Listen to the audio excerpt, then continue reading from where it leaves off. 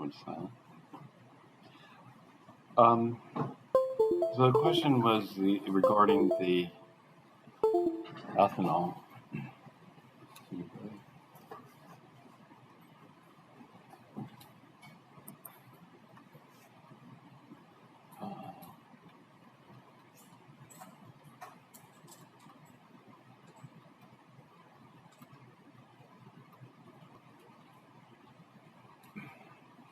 Do you expect ethanol to have metathesis properties? No. The reason is although it has this OH, and you might think it's either a base like hydroxide. It's not a base like hydroxide. The reason it's not a base like hydroxide is because this OH is covalently bonded to carbon here. The polar covalent bond.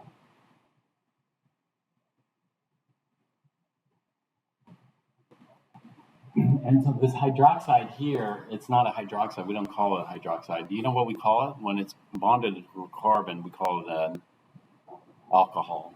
Right? So it's not, and then we think, okay, maybe it's like an acid. The H plus breaks off. But it turns out it's not polar enough. It's not polar enough versus something like this. Having this extra oxygen changes the electronic character of this carbon quite a lot.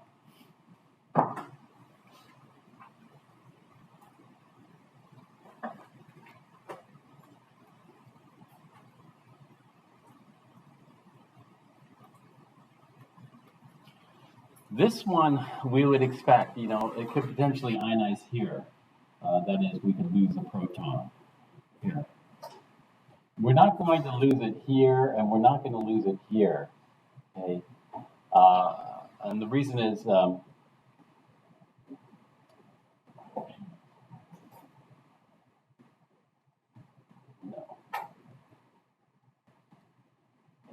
Weak acid. And the reason is because of the polarity of this bond. This bond is a lot more polar than this bond. In other words, the carboxylic acid, this is called a hydroxyl group, is much more acidic than alcohol. And it has to do with the inductive effect. You guys remember the inductive effect? Yeah, the dipoles. Mm-hmm.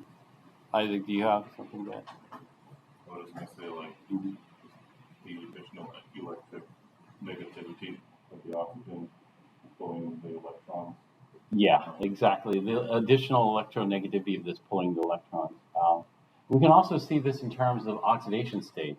If we compare these two carbons here, this carbon, okay, winner takes all. That means oxygen takes these double bonding electrons. This oxygen takes a single bond.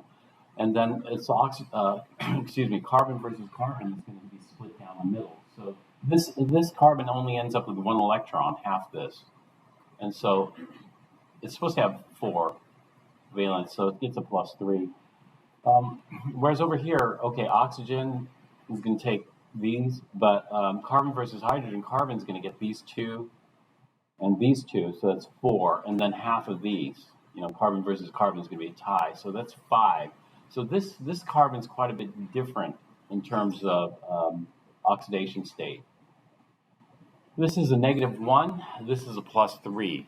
And so as far as these, even though carbon has electronegativity of 2.5, in both these scenarios, they aren't equivalent in electronegativity. Which carbon has a greater electronegativity?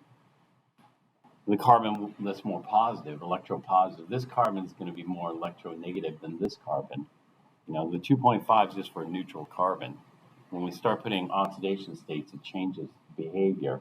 So do you know what the electronegativity of fluorine is? It's at the top.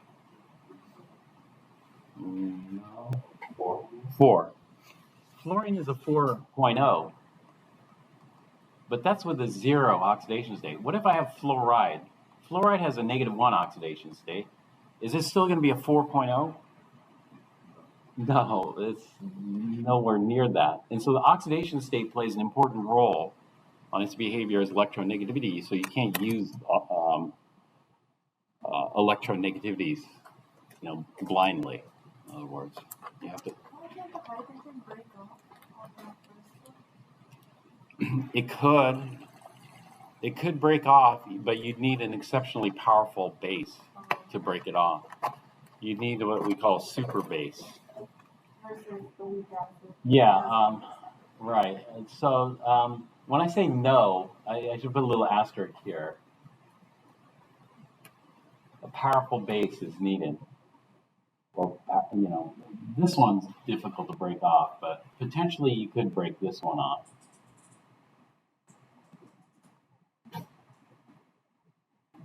A base that's more powerful than the ones, well, I shouldn't say that. Let's see. Something like, let's say, a very strong base. Some of the bases on our base chart could do it, like methide. Methide could pluck that hydrogen off. What's another strong base that could potentially pluck that hydrogen off?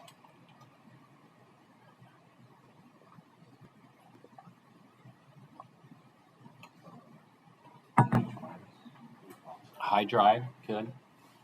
Oxide, yeah, potentially. Amide, maybe, So there's a qualifier here, but normally, do you consider ethanol an acid? No, so we don't. And so it doesn't really ionize into ions. It's a molecular compound. And it's a molecular compound that's not a weak acid or weak base. And so what we say, it's a non-electrolyte.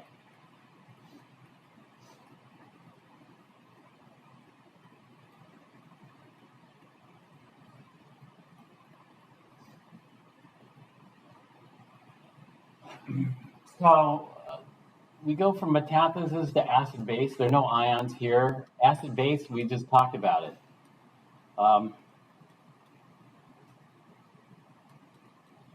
Potentially a very, very weak acid.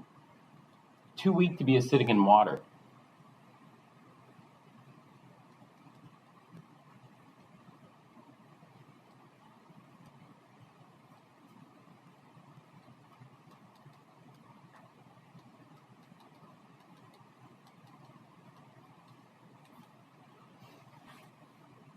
But if we had one of those powerful bases or very strong bases, it could potentially deprotonate this. Potentially.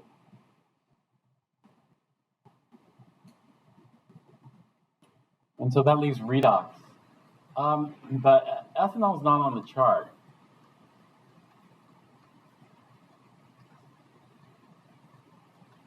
Ethanol is not on the chart. So what does that mean? It can mean one of two things. One, what? Yeah, it's not an oxidizer, not a reducer, non-reactive. Or two, yeah, it's uncommon. Or now three, ethanol is pretty common. And Is it possible, like, that it's super basic or super acidic? Not really, because it's not super basic or nor acidic. Here, in particular, we don't really think of ethanol as being an acid or a base, but we do think about ethanol as being, there's a warning label that everybody should be careful with. And what's dangerous about ethanol? It's flammable. Ethanol, not on the chart, but highly flammable. In fact,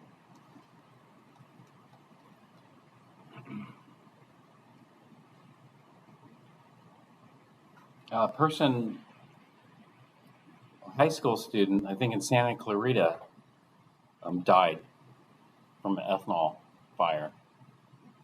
They're trying to do this chemistry thing out in the field at their high school, and it all went wrong. It all went wrong because, yeah, ethanol is dangerous. It's highly flammable, so therefore it's dangerous.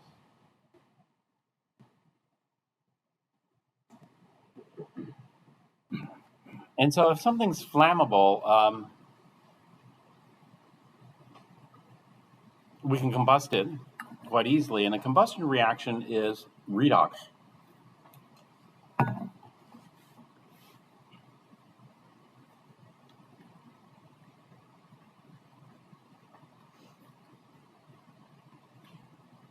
There are different types of explosions. There's super rapid fires, which is not like a detonation, but potentially explosive. I'll just say that. Let me put this.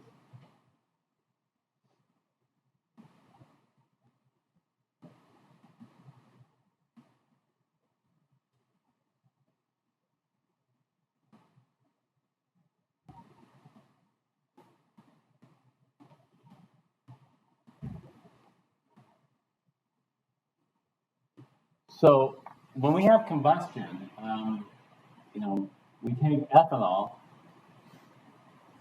and combine it with what? Oxygen. And then we form what? H2O and CO2. So which one is the oxidizer? Which one is the reducer? Oxygen is the oxidizer. And ethanol is the reducer. So let's see what happens in terms of oxidation states. Oxygen, what's the oxidation state of oxygen? 0. Okay, let's go to ethanol. What are the oxidation states over here? Now, there are two ways we can do oxidation states. We can do oxidation states from the formula, or we can do the oxidation state from the Lewis structure. If we do it from the formula, we could do it like this. Which element do we do first? Oxygen? Hydrogen. Hydrogen goes first. +1, +1, +1. Okay, then what goes next? Oxygen is -2. And then we have to add them all up.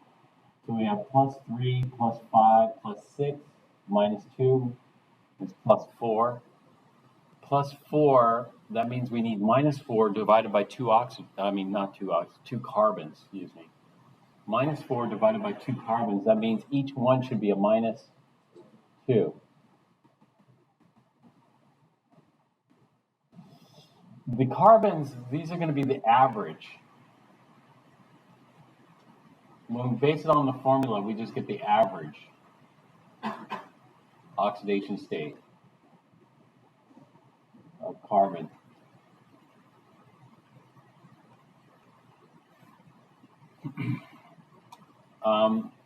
What the average comes from is this. If we do it from the Lewis structure, it'd be a bit easier to see.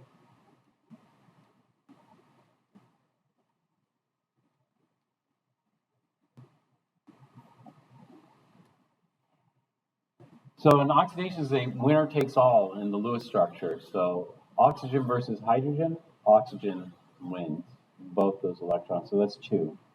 And then it has these lone pairs. That's 4, 6. And then carbon versus oxygen, oxygen wins. And so that's 8. So 2, 4, 6, 8 electrons. Oxygen's supposed to have 6 valence, so it has extra 2. That gives it a -2. Hydrogen ends up with nothing. Yeah, so that is 0. It's supposed to have not 0. Hydrogen ends up with nothing. It's supposed to have 1, so it gets +1. Carbon versus hydrogen, carbon wins. Carbon versus carbon, it's going to be a tie, so we're going to have to split those. The carbon ends up with 2, 4, 5. 2, 4, 5, it's supposed to have 4. So it ends up with an extra electron that's minus 1. Then carbon versus hydrogen, carbon wins all these and then splits these, carbon versus carbon. So that's 2, 4, 6, 7. 7 is supposed to have 4, so that's an extra 3, minus 3. And all these hydrogens end up with nothing. And so all these hydrogens are plus 1.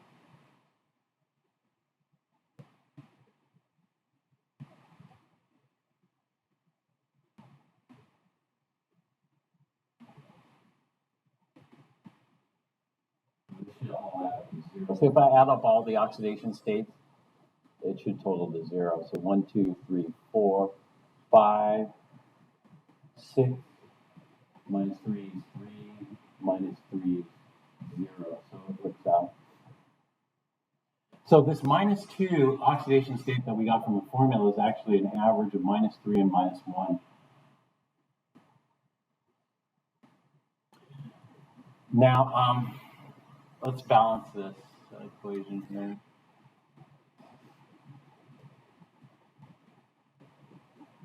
All right, let's go to CO2. What are the oxidation states here on CO2? Minus 2 and plus 4. We would have gotten the same thing in Lewis structure. And in water? Well, we do hydrogen always first. Plus 1 and then minus 2. Sometimes oxygen can be minus 1 in peroxide. So that's why we always do hydrogen first in case we have a peroxide where it's minus 1. So let's see what happened. So carbon went from an average of minus 2 to plus 4. And we have 2 of those. So in this case, we're losing electrons.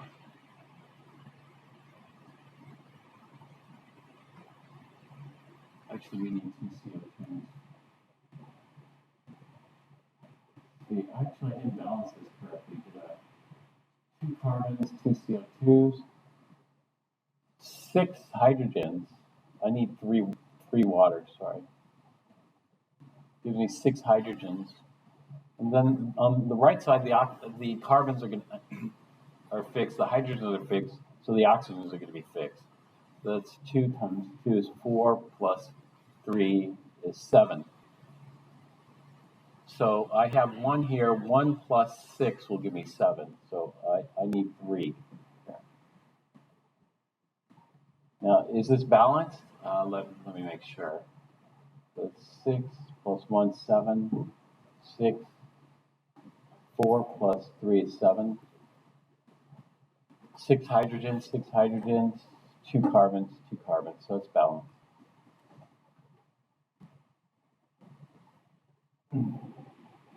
So I have a total of 2 carbons going from minus 2 average to plus 4. Each carbon is losing how many electrons? Each carbon is losing 6 electrons. Do you see that? And I have 2 of them, so that's minus 12 electrons. And who's taking those 12 electrons? The oxygen.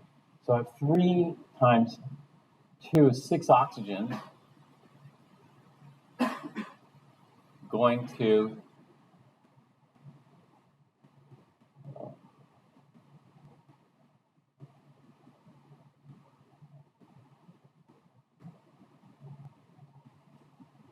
this oxygen doesn't change. Do you see it? So 6 of the 7 oxygens takes electrons. And so we're going from 0 to minus 2, and I have a total of 6. So that's going to be 6 times 2 is 12 electrons. So I have plus 12 electrons here. And this will be plus 0 electrons here. So the oxidizer takes electrons, and the reducer loses electrons.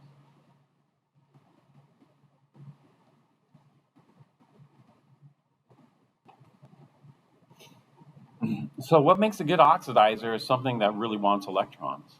What makes a good oxidizer is something that's electron poor.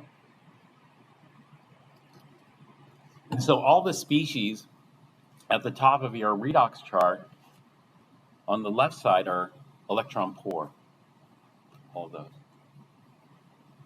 All the species on the bottom right are electron rich, like lithium metal, sodium metal. All those species lose electrons. What do you think is easier to burn? Do you think ethanol is easier to burn than copper metal? Do you think ethanol is easier to burn than iron metal? Yeah. Ethanol, where would you rank it? Where should it be ranked? Should it be a poor reducer or a strong reducer or moderate reducer? Strong reducer. And the reason is this we call electron rich. A lot of organics, and this is what we do in Chem 1A, is we burn a lot of organic chemicals like ethanol. What are some other organics that are easy to combust?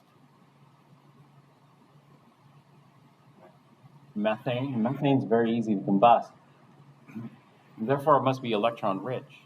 And so when we look at methane, what's the oxidation state of hydrogen? +1. What's the oxidation state of carbon? -4. Is there anything richer than that in terms of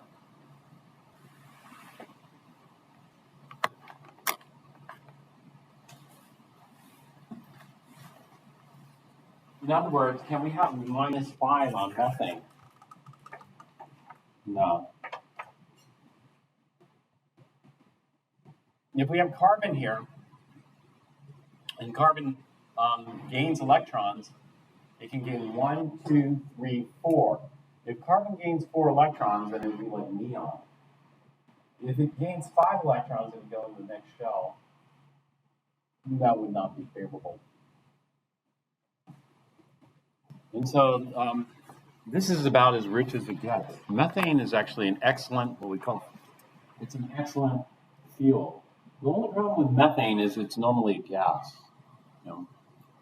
So right now, what they're doing with the methane is they're liquefying it. Because gases, there's a lot of empty space. They're liquefying it, and so a lot of the methane in the U.S. is being liquefied and sent to Europe, let's say, right now. This was a big controversy in Santa Barbara. In Santa Barbara, there's a lot of methane there, but there's a lot of protest against LNG. And there's a huge movement against LNG, liquefied natural gas. People were worried that the ships out in the Santa Barbara Channel would explode. All the methane were on there. And I think it was a huge environmental risk or safety risk. And so the LNG plant was never built in Santa Barbara. A lot of the LNG just leaks out into the air. Yeah, I mean, not LNG. A lot of the natural gas just leaks out into the air. Natural gas is a greenhouse gas, methane. Well, anyway, this is an excellent fuel. What do you think is probably better? Well, on the one hand, ethanol is better because it's a liquid, and so it's more dense. On the other hand, methane's better because it's more electron rich, but it's a gas. There are LNG cars driving around, but it never really took off because methane burns a lot cleaner than gasoline. And so it would be good to use this instead. It would reduce pollution. But anyway, this is about as electron rich as you're going to get. This is pretty good too, but not the greatest. Okay, and then we're at the opposite end of the spectrum, we have CO2. That's what we're burning. And then we just memorize it goes to CO2. The oxidation states on CO2 are +4 and -2 here. Could we go beyond CO2? Why not, Colin? It's at its max.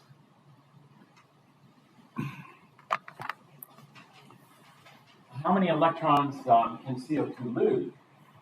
Well, if we're at carbon here, we can lose 1, 2, 3, 4. Okay, if we lose all 4 valence electrons, okay, it goes to +4. But what about, can we lose the core electrons? Why or why not?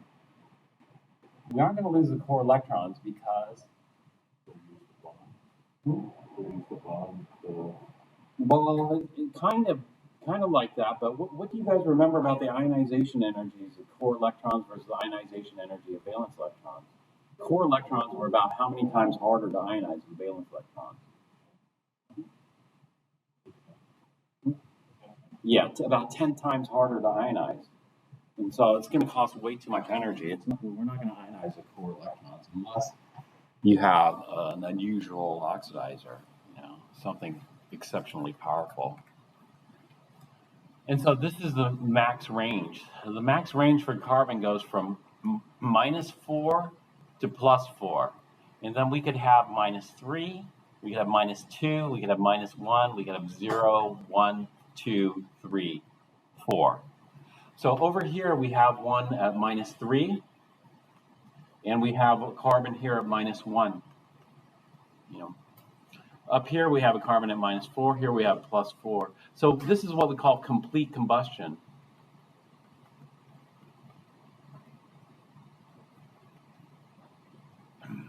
We can't combust this any further.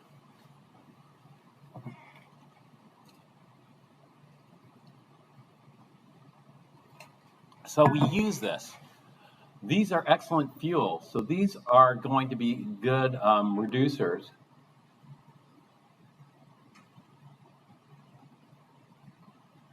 And over here, we expect these to be more on the oxidizers. But is CO2 a very good oxidizer? But CO2 is not a good oxidizer. It is not a very good oxidizer. It could be.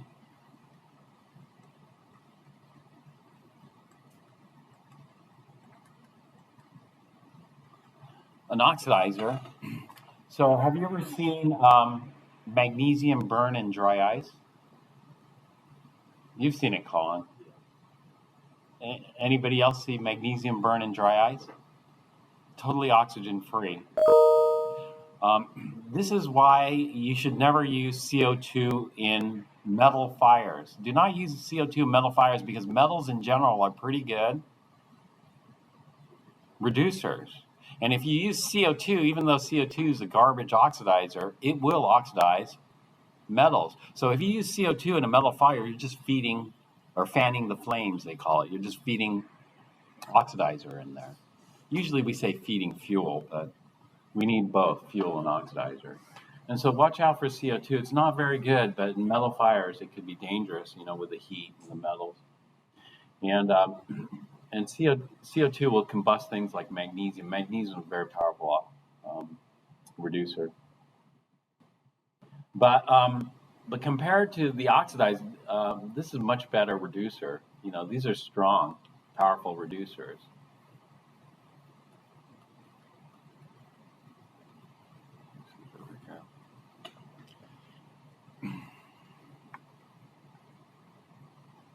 So we know that ethanol should be a good reducer.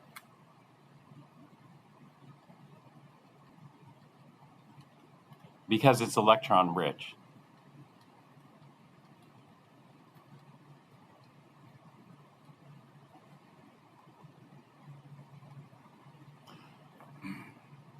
Therefore, what we're going to do is we're going to use the skeleton redox method.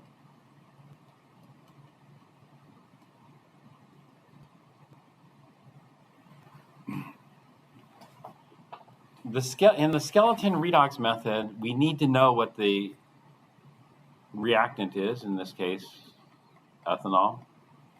And we have to determine what the product should be. If ethanol acts as a reducer, ultimately, what should it form? Let's say if we completely oxidize ethanol, complete oxidation of ethanol yields what? Sometimes we don't go complete. Sometimes we do partial oxidation. This brings me to my camping story, which you guys have heard probably multiple times. But do you remember my camping story? Not really? Okay. Maybe it wasn't so impactful. But you guys haven't heard my camping story. So I went to go camping in Joshua Tree, and then I stopped by the dollar store. In the dollar store, they had $1 bottles of Santa Barbara wine. So I'd just driven like from Santa Barbara to Joshua Tree, it's like 4.5 hours, something like that. So I thought, oh yeah, this would be great. A $1 bottle of Santa Barbara wine at the campfire. So I bought it, and then when we got to the campground, built the campfire, and then opened the bottle of wine. But the bottle of wine, you know what it tasted like?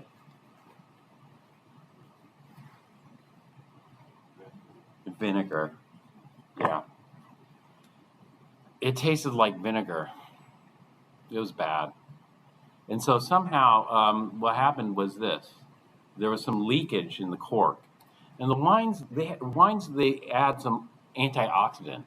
Because if some oxygen gets in, it's going to oxidize the wine and it's going to start tasting bad. So do you know what they use for antioxidant? They use like sulfur dioxide. They call it sulfites. You know, sulfite, as you recall, is SO3 2-.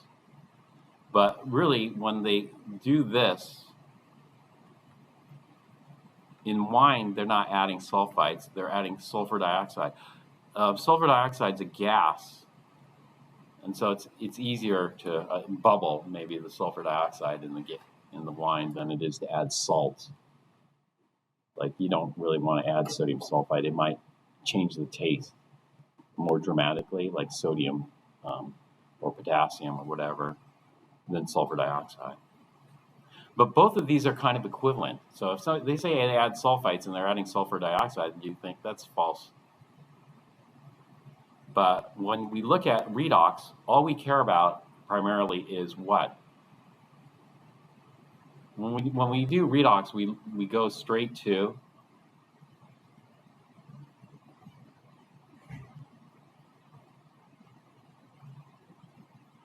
what's this? These are equivalent in terms of redox. Why? What's the same about these? They're totally different. You know, sulfite versus sulfur dioxide. They put in sulfur dioxide in the wine. The oxidation state. Oxygen's -2, so there's no difference there. But what is sulfur? +4 in sulfur dioxide. And what's the oxidation state of sulfur and sulfite? +4. Do you see this is going to have the same redox properties? +4, +4, you think that's electron poor, electron rich? You would think that's electron poor, but it's not the poorest sulfur can be. What's the poorest sulfur can be? +6.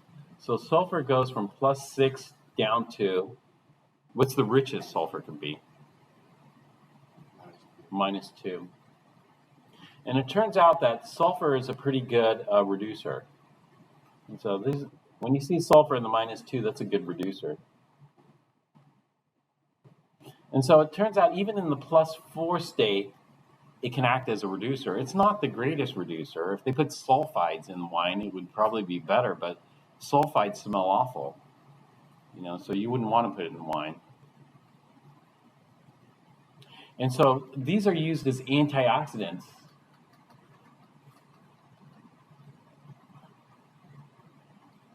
And what they're counting on is going from +4 to +6. If we go to +6, what are we going to make?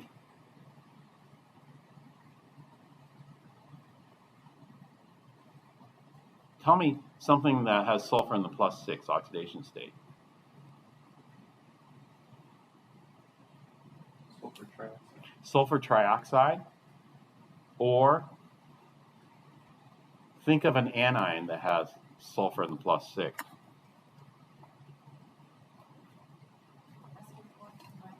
SO4 2 minus sulfate. And so in this case, the sulfur dioxide gets converted to sulfate. So, and sulfate, does it impart much taste? No. And so you're probably good for the wine. There's sulfates in a lot of foods, other things. And sulfates are generally regarded as safe.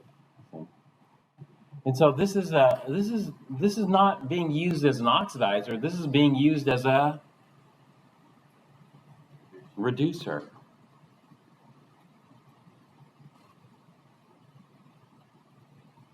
So this is the kind of the approach that we do chemistry. The approach that we do chemistry is these numbers. Okay, these numbers we can figure out, the numbers. But the problem is interpreting the numbers. You know, so you can ask, let's say, you can ask Chat GPT or whatever to calculate all the oxidation states and stuff. But I haven't done this yet, but I'm curious. If you ask Chat GPT to interpret the numbers, like what does a +4 mean for sulfur, what the answer would be. So I don't think it's quite at that level yet because there's not enough database, I think. But interpreting the numbers, we do. Well, how do we do this? We do this based on observations, observational data. Okay, this is being used as a reducer, so that must mean that +4 might not be too terribly hard to lose 2 more electrons. Or CO2. CO2 is not a common oxidizer, and in fact, we don't even worry about it. If you take a breathful of chlorine versus a breathful of carbon dioxide, there's going to be a huge difference in oxidizing ability. And chlorine has a 0 oxidation state, and carbon has a +4. And so we have to interpret the oxidation states on an element per element basis based on past observations or past, what I call the memorization part of chemistry. So there's a 2-pronged approach. The numbers we calculate based on theory, bonding, whatever else. And then the other part is the memorization. We have to put some kind of interpretation to what the numbers mean. So getting back to my story, what happened was a little bit of oxygen and came in and we had partial oxidation. And the partial oxidation resulted in converting my ethanol into acetic acid. And so this is the vinegar case.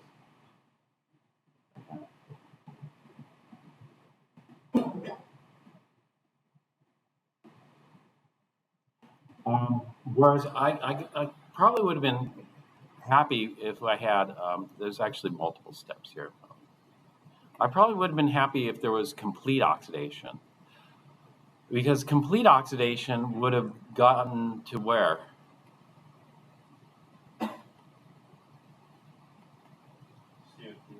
Yeah, complete oxidation would have taken me to, well, partial would have been carbon monoxide. Would I have been happy if it got converted into carbon monoxide? No. Because carbon monoxide is an excellent ligand, and it binds very strongly to iron, 2, and heme. I would have been much happier if I had complete oxidation to CO2. Because if I had complete oxidation to CO2, then I would have drank that, but it would have been sparkling grape juice, let's say. Sparkling, maybe wine if there's some ethanol.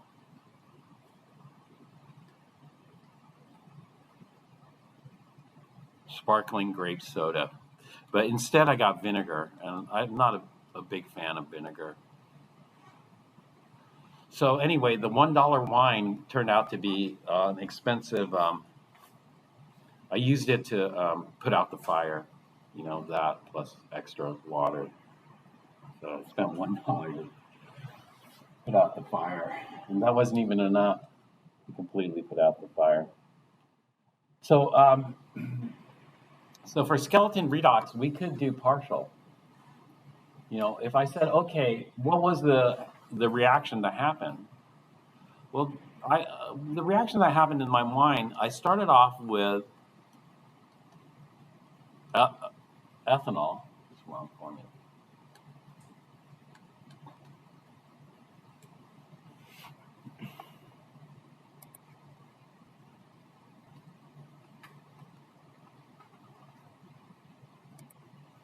I started off with ethanol, and I end up with vinegar. So what happened here? You know, the skeleton redox, I have the major reactant and the major product, and I just got to figure out the rest of the equation. So how did this happen? So for skeleton redox, did you guys review chapter 5? All right. We balance all elements other than oxygen and hydrogen. So I have two carbons is balanced. I do it like this. Check. Two carbons. And then I balanced out the oxygens next. So I have one oxygen and two oxygens. I balance it by not changing the coefficient, because if I change the coefficient here, that's going to screw up the carbon. So I balance it by adding what? Water. Good. So I'm going to add 1 water to the left side. And that's going to give me 2 oxygens on the left, 2 oxygens on the right, so we're good. After oxygen, what do I balance? Hydrogen. So I have 3, 5, 6, 8. 8 hydrogens total. Over here I have 3, 4 hydrogens. And I balance out the hydrogens by adding what?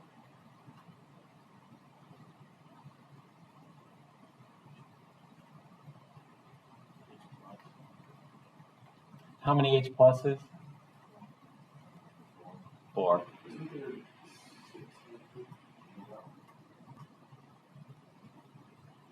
On the left, 3, 4, 5, 6, plus these 2 from the water. So it's going to give me 8.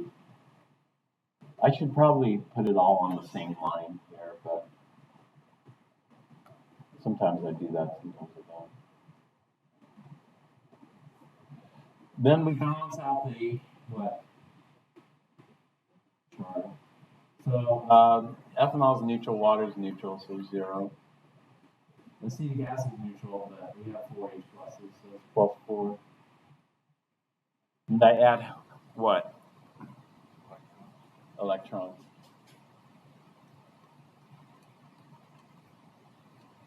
So what happened here? What happened here to my wine was that the ethanol was partially oxidized to acetic acid.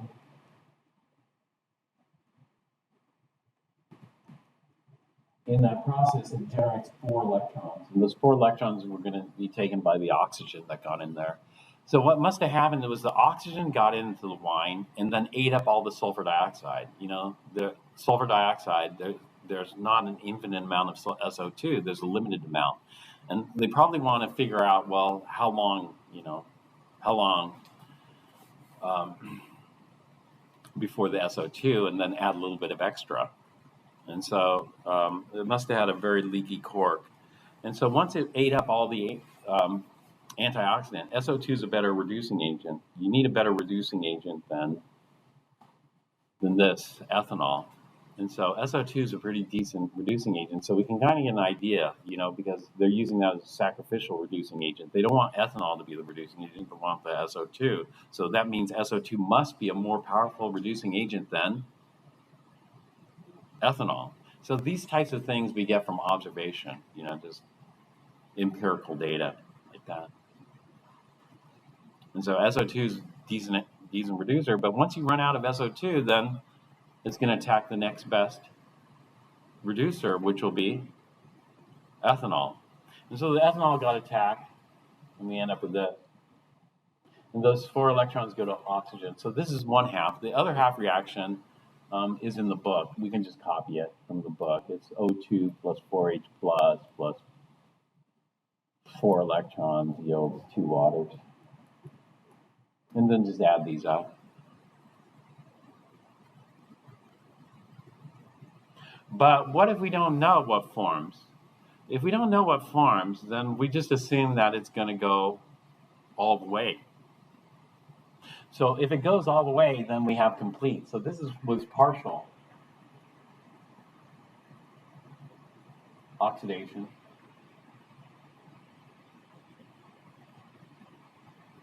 Etc.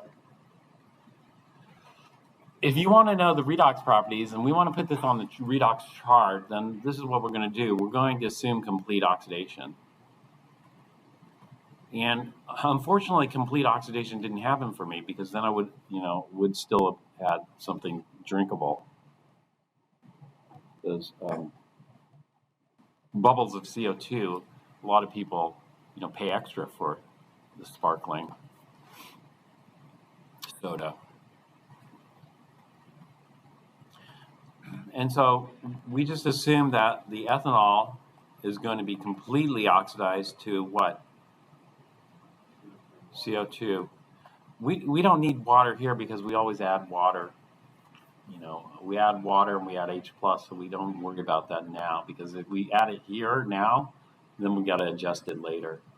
So we might as well just add it later. Why don't you finish this one for me here?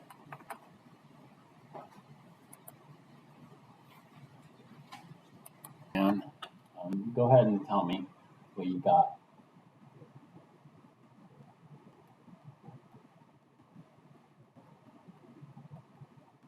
Ethanol plus 3H2O. It's 2 CO2s plus 12 12 H pluses plus 12 electrons. Whenever we have an equation, we can just quickly do a check if it's balanced. So let's go ahead and check if this is balanced. We check atom balance, and then we check charge balance. So we have 2 carbons, 6 plus 6 is 12 hydrogens, and then 1 plus 3 is 4 oxygens. So the atoms are balanced. Then we check charge balance. This is 0 plus 0, 0. This is 0 plus 12 is plus 12, minus 12 is 0. So charge is balanced, atoms are balanced, is balanced. So this looks good. So ethanol is pretty electron rich. Do you see how many electrons it's giving up upon complete oxidation? It's giving up 12 electrons. That's a lot of electrons. So this is pretty electron rich. And where would you rank this? Where we'd rank this is probably rank this as a pretty strong reducer. I'd say this is a fairly strong reducer.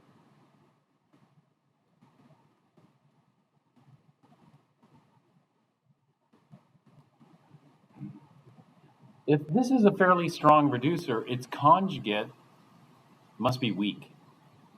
And so when I look at CO2 and 12H pluses, then this is a fairly weak oxidizer.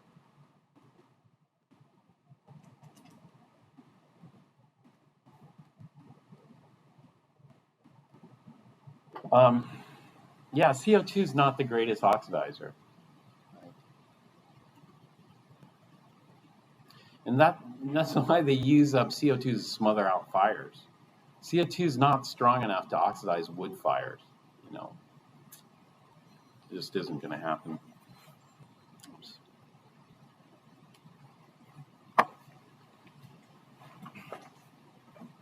All right.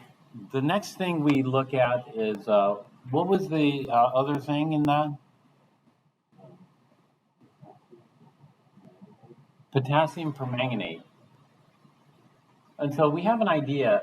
Ethanol should be a fairly strong reducer. And so we're going to inventory the reaction now. What number was that? Okay. So we have ethanol. We have potassium, we have permanganate, we have H plus, we have Cl minus, and we have H2O. Ethanol, we just said, is going to be a,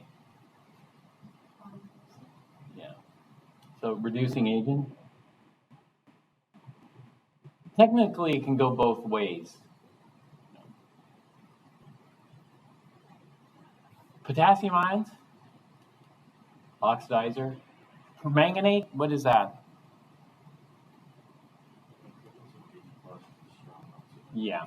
In combination with H+, it's an oxidizer. The reason potassium permanganate is, actually, permanganate and H+ is one of the strongest. It's like number 5, isn't it? And that's because of manganese. Manganese is in the +7. That's a max for manganese. You can lose a total of 7 electrons.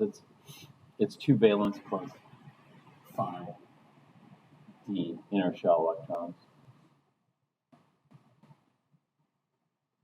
Chloride is a reducer. And water is both an oxidizer and a reducer. So we can figure out the best oxidizer. The best oxidizer, well, this is number 5. It's a powerful oxidizer. Recognize that one. But now we have the reducers. Reducers we call fuels. You know, in order to have a redox reaction, we need a fuel and we need an oxidizer. So our oxidizer, in this case, our oxidizer doesn't have to be oxygen.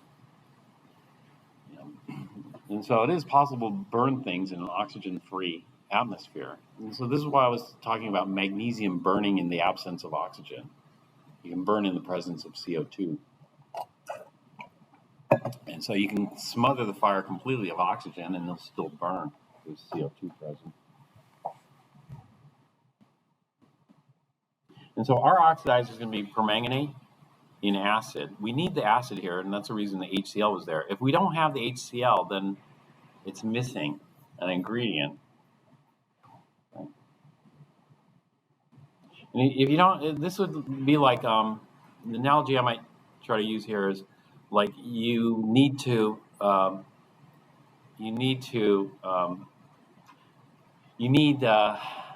make pancakes, and you have pancake mix. And the pancake mix requires pancake mix and water, so that's simple.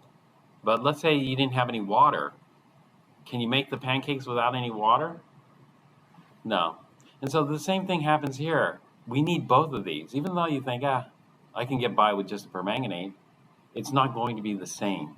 You know, you can get by eating dry pancake mix. It's just not going to taste the same, right? But you probably can get by. Well, we probably can get by with just using permanganate because it is, after all, +7, but it's not going to be the same.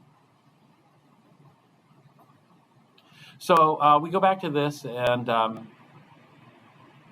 we look at the fuels. And this is the context, so I'm going to put it in. Ethanol versus chloride versus water. Let's say I ran out of camp fuel. Can I try to use water so I ran out of camp fuel. I no longer have any propane. I'm just going to feed water into my little camp stove.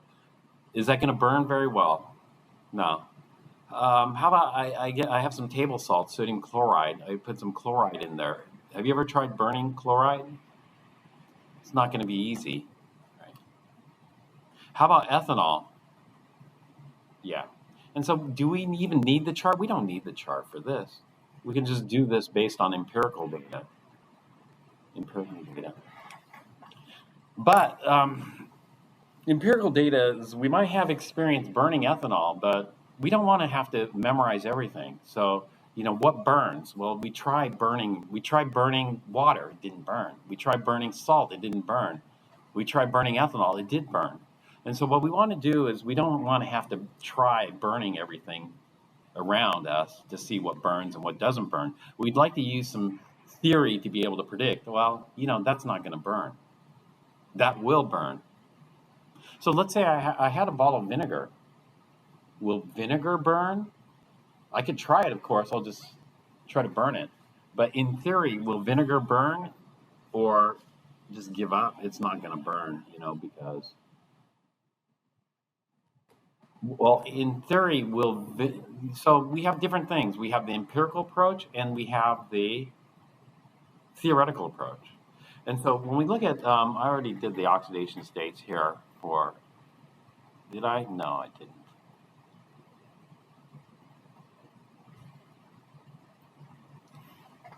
Let's go back here and take a look at vinegar. Will vinegar burn? Well, let's take a look. Hydrogen's +1. Oxygen is -2. And let's get the average oxidation state of carbon. What's the average here?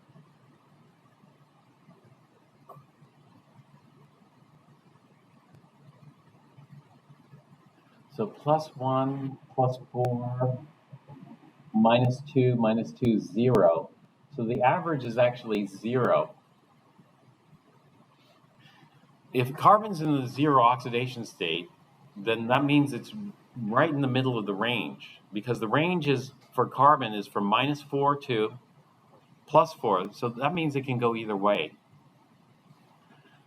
So it can go either way.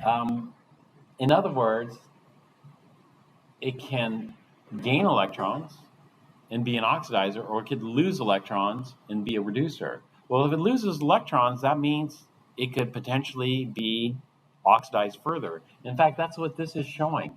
This is showing that acetic acid can be further oxidized until we hit CO2. Once we hit CO2, it stops. So in other words, in theory, you can burn it. It has electrons, it can lose. We should be able to burn it. It might be difficult to burn because it's got a lot of water. But if you had pure vinegar, vinegar is a 5% mixture, so it's 95% water, and 95% water is probably going to put out the fire. But let's say I had pure acetic acid, which is called glacial acetic acid. Is it flammable? Yes. You should watch out. And so there, I'm not even going to test it. I know it can be further oxidized. And under the right conditions, it should burn.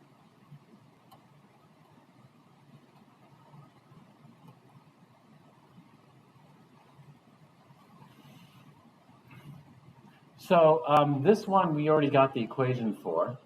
This one's from the book.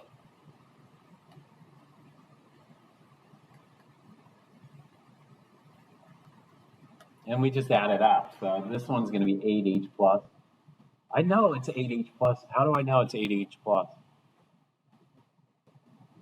Because the H plus serves a very important role in this. Do you see the pattern in the chart? Every time we have the H plus there, it forms what? Water. And so in order, I have 4 oxygens, so I'll need 8 H's form 4 water. It's not always the case, because sometimes the oxygens just stay as is. And so it can be a little bit tricky, because up here, where did I put it?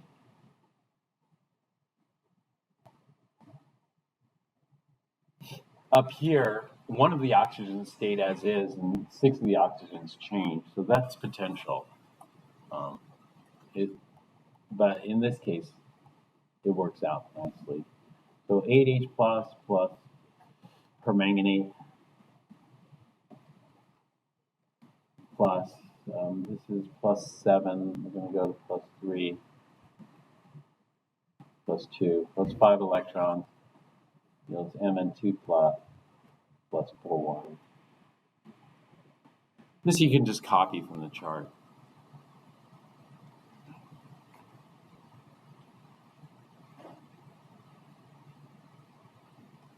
And then go on. Is that enough? Yeah.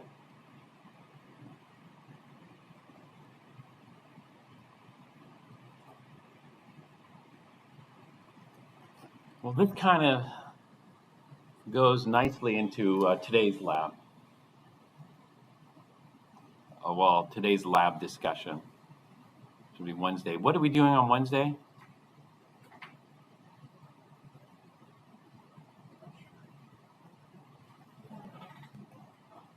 Is it on the syllabus?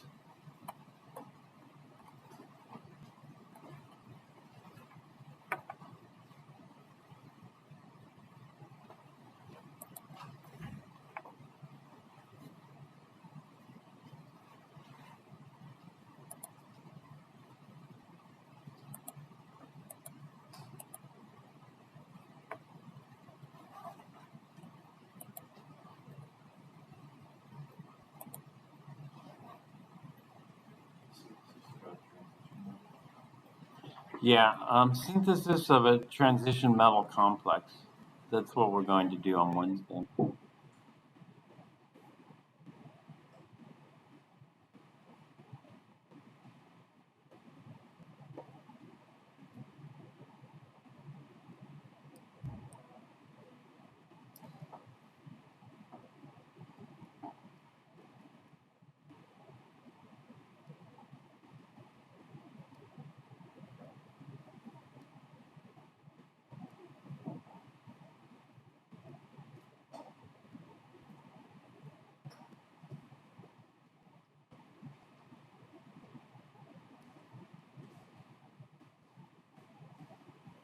All right, what is this called?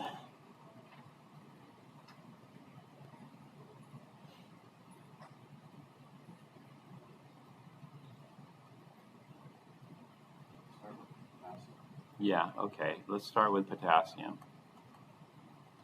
Potassium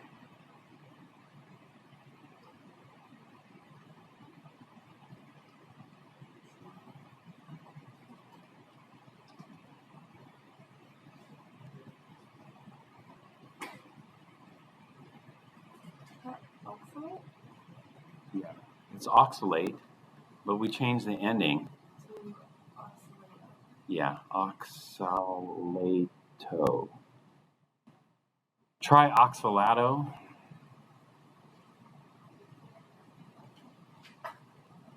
Yeah. Chromium or chromate?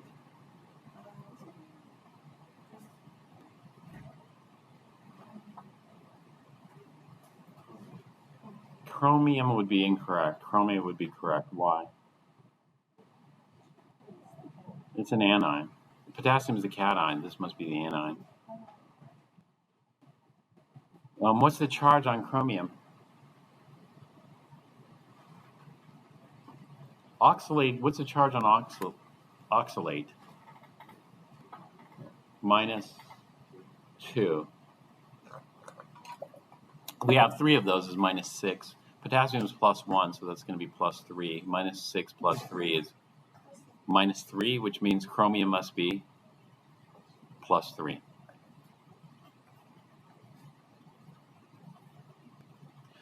So we're going to make this stuff. Potassium trioxalato chromate 3.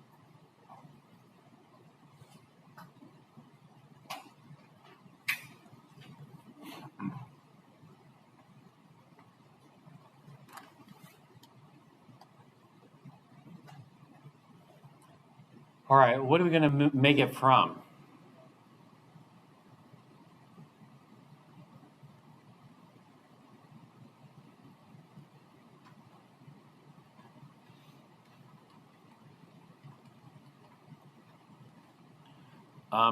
We're not going to make it starting from the elements. We're going to make it from common chemicals that we have. One of the common chemicals is chromate, dichromate. Let's talk about chromate. Let's do potassium chromate. What's the formula for potassium chromate?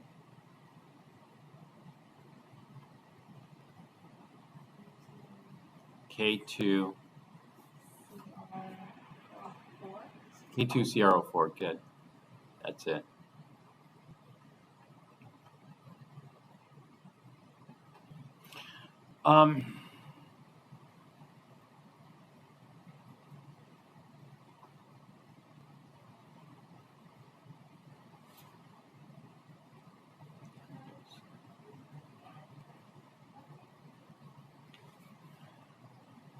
Tell me some properties of potassium chromate.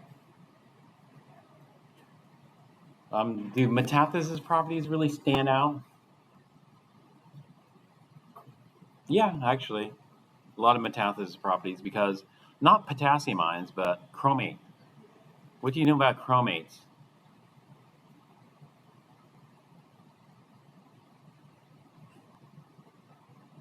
Uh, yeah, hugely insoluble.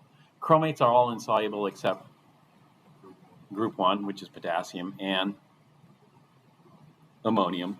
And so chromate just about precipitates out with anything. And it usually forms very pretty precipitates, like yellow precipitates. Nice. This chromate has a color to it, kind of a yellow color. So it forms nicely colored precipitates.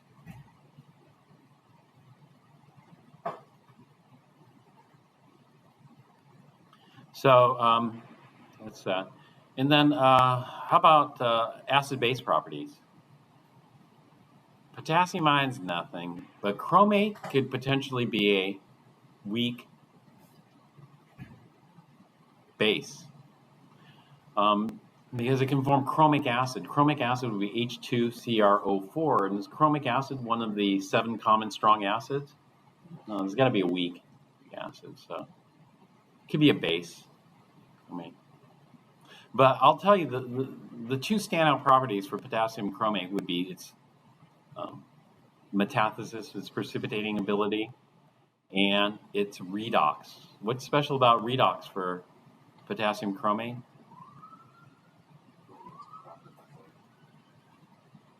It should be a what?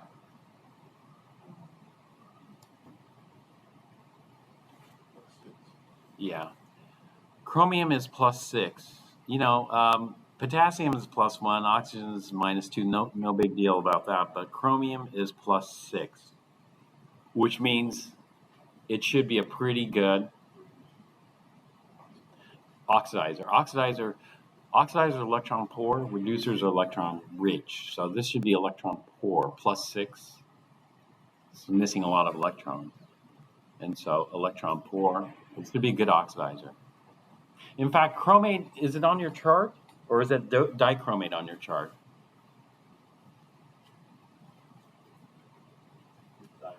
It's dichromate, but let's compare chromate and dichromate for a moment.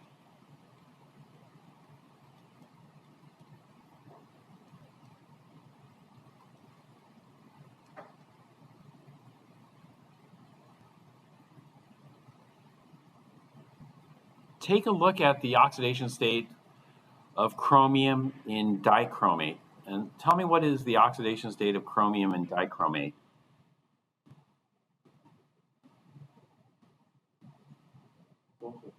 It's also +6.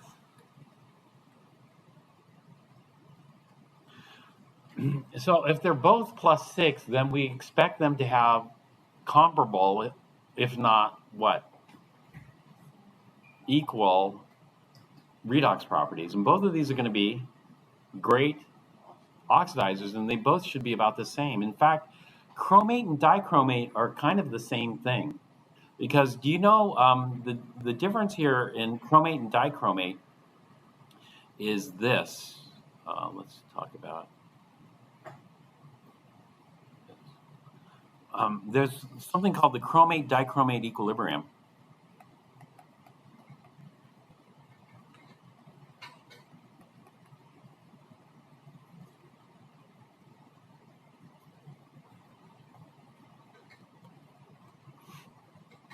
And it goes like this. I'd like to take 2 chromates and make 1 dichromate. How would I do that? If I take 2 chromates and make 1 dichromate,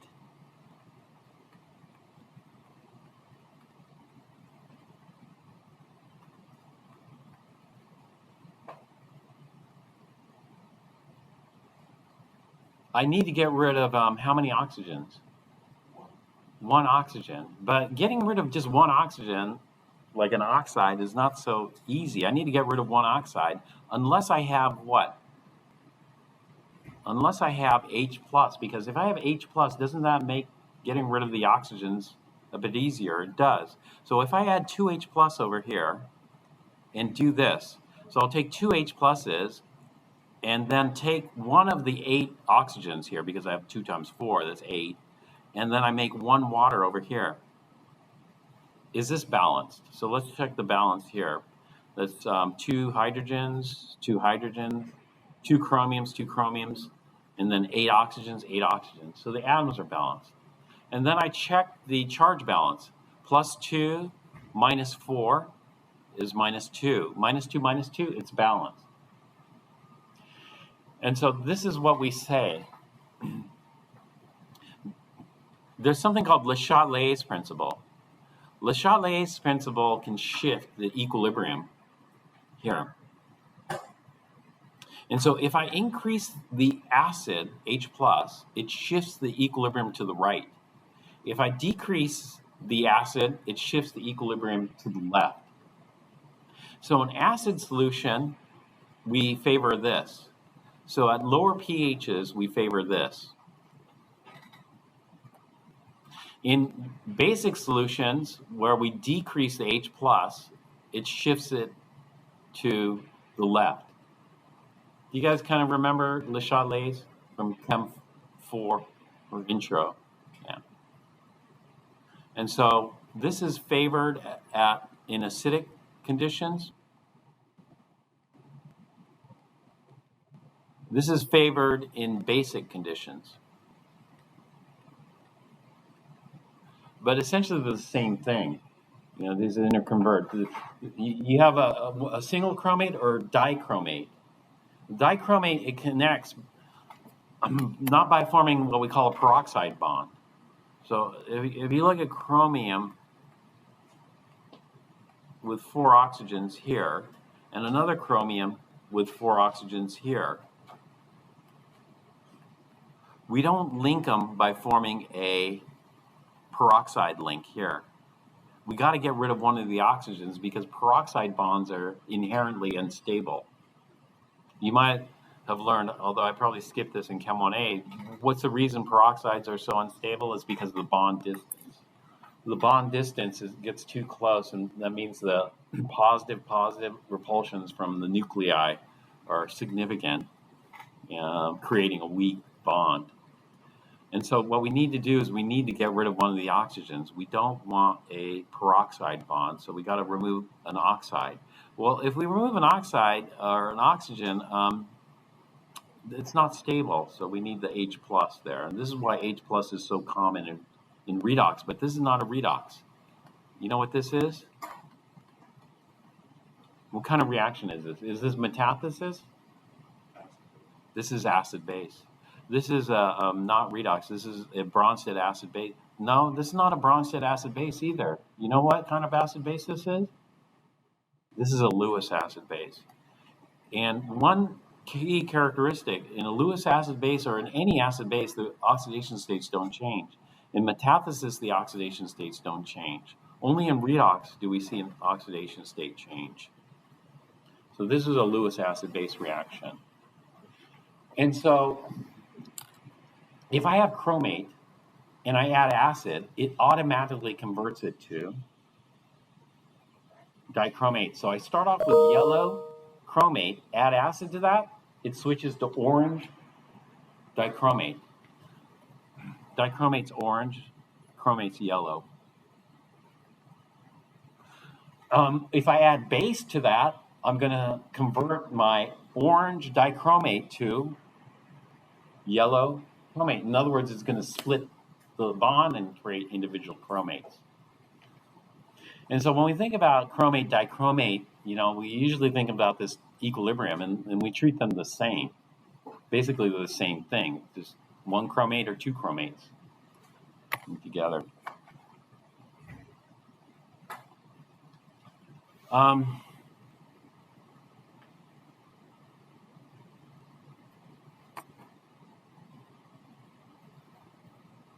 So we're going to start from potassium chromate or dichromate. I think we're starting from chromate here. But both chromate and dichromate are chromium 6. And chromium 6 is going to be fairly stable or fairly reactive? Fairly reactive. In fact, there's a very famous very famous environmental story from California. Do you know some of the wells in the San Joaquin Valley were contaminated with chromium-6? And the way they found out is there was a cancer cluster. And there's an interesting movie made based on this person, Aaron Brockovich. So if you're interested in chromium-6,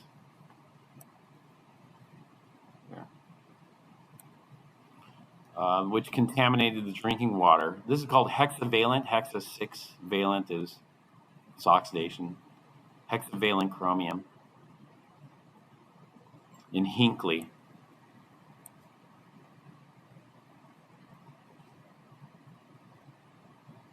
All right.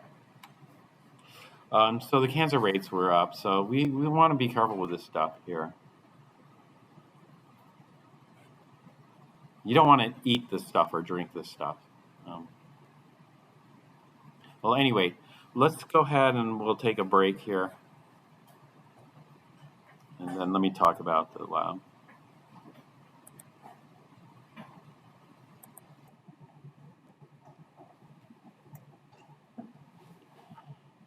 So when we look at like chromate, pause this. When we look at chromate, dichromate, they interconvert depending on pH, so treat those kind of similarly. But both of these are chromium-6, and this hexavalent chromium poses a hazard. And so as part of lab safety, there's certain things we should try to be aware of. Both of these are solid in pure form, and we're going to be using the solids. Solids can be dangerous because they're highly concentrated, they're 100%, versus mixtures that a little less. But then you could have unstable mixtures, which can also be potentially dangerous. But one of the solids situations, it depends on the form. So metals are good reducing agents because they lose electrons. But when you go buy copper, does it say flammable? Warning, flammable. Not normally, unless you buy powdered copper. If you buy powdered copper metal, there's a flammable warning on there because the powder can combust, and it could lead to metal fires and metal explosions. And that's because of the surface area. And so the same thing here, we're using powdered solids. Now, powdered solids could be more reactive than large clumpy solids. And so we have to be careful of that. There's also a problem with aerosol formation. That is, powders can be blown into the air and you can inhale them. And so this is what we don't want to happen. We don't want to create a cloud of chromate or dichromate dust and inhale that, because that would be dangerous. To the right of the slash, that's dichromate, right? With like 7 oxygen. Oh, yeah, 7 oxygen. Thanks. It's wrong. I made an error there. Cr2O7. Thanks for catching that. So, yeah, there's certain precautions. We don't want to create a dust cloud of chromate and dichromate and inhale that. And so you got to be careful. But I think as long as we handle this carefully, and this is why people recommend gloves, because you don't want to get it on your skin either. But one of the common things that chromate and dichromate is used for is like leather tanning. And so people who tan leather are exposed to lots of this, and that's probably where they get a lot of the health data from. People who have been leather tanners their whole life will probably have the greatest exposure to this. And there are other applications of this. So let's take a look. Let's take a look at, you know what the MSDS stands for? Or the SDS? You guys don't know that? MSDS, SDS.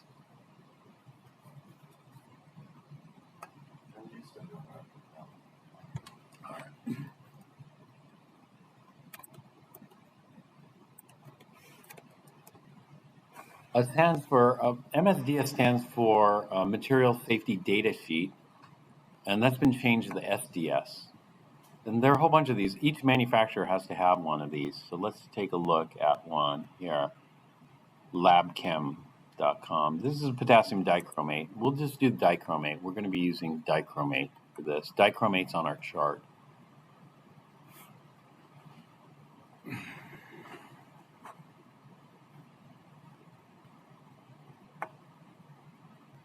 I can close this. Just the basic warning, not for food, drug, or household use. It's an oxidizing solid, category 2. May intensify fire. It's an oxidizer. It has some toxicity, oral, toxic if swallowed. Category 2. Category 3, acute toxicity, dermal, harmful in contact with skin. Inhalation hazard, fatal if inhaled. Skin corrosion, causes severe skin burns and eye damage. Well, powerful oxidizers tend to do that. Respiratory sensitizing, may cause an allergy or asthma symptoms or breathing difficulties if inhaled.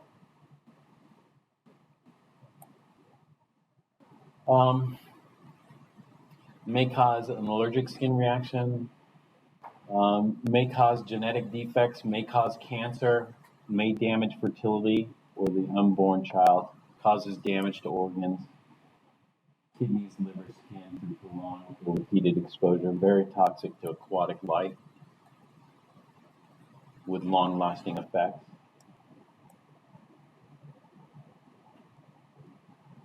These are the these symbols that you can often see, like this one. It's the oxidizer, the O. It's fire hazard. It's corrosive. It's toxic. Is that one? Somebody know this one? Carcinogen, thank you. This one, aquatic life. So you can just read these. Wear protective gloves, protective clothing, eye protection, face protection. Wear respiratory protection. Avoid release into.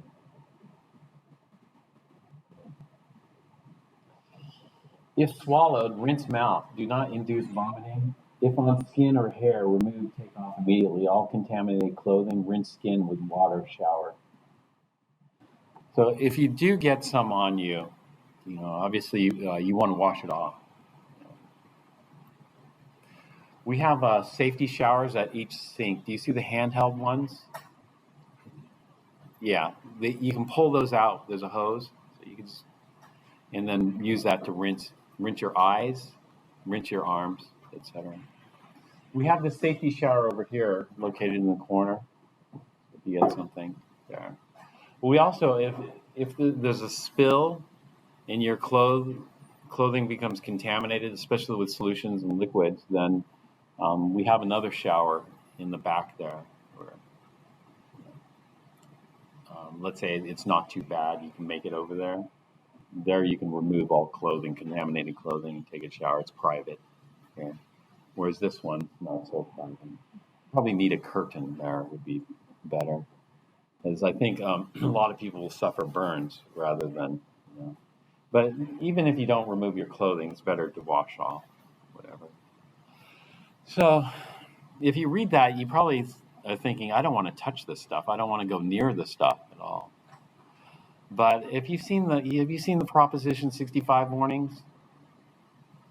They're on everything, right? May cause cancer. And that's because we deal with so many potential carcinogens every day. I mean, you step outside, you're exposed to carcinogens. So what we want to do is we want to minimize risk and minimize exposure.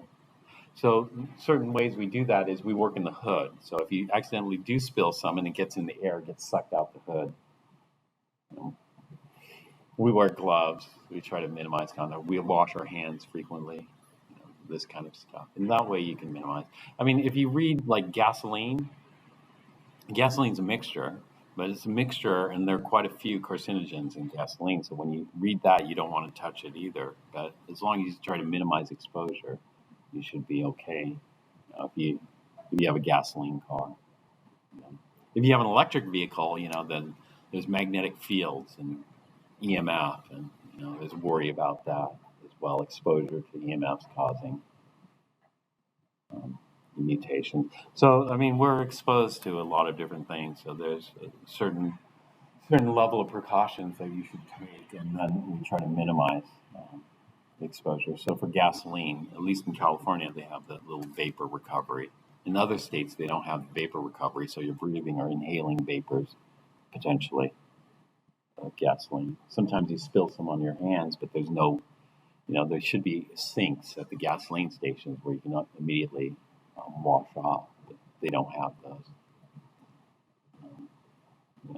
Certain precautions. Fortunately, here we have those. And so I think if we are just careful, we can minimize the risk of this. Well, the problem in Hinkley, California, was it was in the water and people were ingesting it. And so that's what was causing cancer cluster. They noticed it based on cancer cluster there. And the level of contamination was fairly high. And it was, Erin Brockovich was just, she's not an environmentalist. She was just, I think, a paralegal or some kind of legal assistant working in an office and noticed the pattern, then went on to investigate that further to figure out what had happened. Okay. If inhaled, and we shouldn't have that, move the person to fresh air and keep comfortable for breathing. Contaminated work clothing must not be allowed out of the workplace.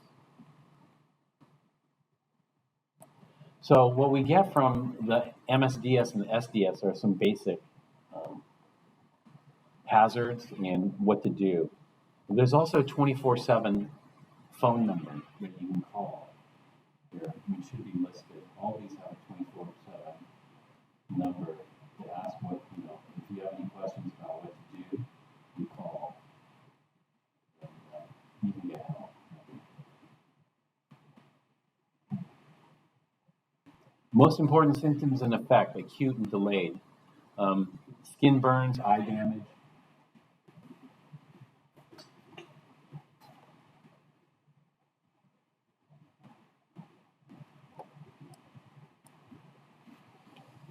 May cause cancer, may damage fertility, or the unborn child, causes damage to organs through prolonged and repeated exposure, may cause allergy or asthma symptoms, or breathing difficulties if inhaled, may cause an allergic skin. And so immediate medical attention and special treatment if necessary. Exposure, obtain medical assistance. Suitable extinguishing methods: foam, dry powder, carbon dioxide, water spray, sand. Unsuitable: do not use heavy water stream. Fire hazard: may intensify fire. It's an oxidizer. Explosion hazard: heat may build pressure, etc. Reactivity: thermal decomposition is corrosive. Firefighting instructions, general measures. So what we do is we take a look at the at this. Okay, let's look at the precautions for safe handling. Wash hands and other exposed areas. So we should wash hands frequently, especially before eating, drinking, or smoking, when leaving work. Provide good ventilation in process area to prevent formation of vapor. Take any precaution to avoid mixing with combustibles. So you got to mix. If you have a powerful oxidizer, you don't want to mix it with a powerful reducer. We could have an explosion occur. Do not breathe dust. Obtain special instructions before use. Do not handle until all safety precautions have been read and understood. Eliminate all ignition sources if safe to do so. Do not eat, drink, or smoke when using this product. That's because of cross-contamination. It might contaminate your food or drink. Like if we're working in the lab and there's chromate or dichromate, I'm not going to be drinking. Today there's, especially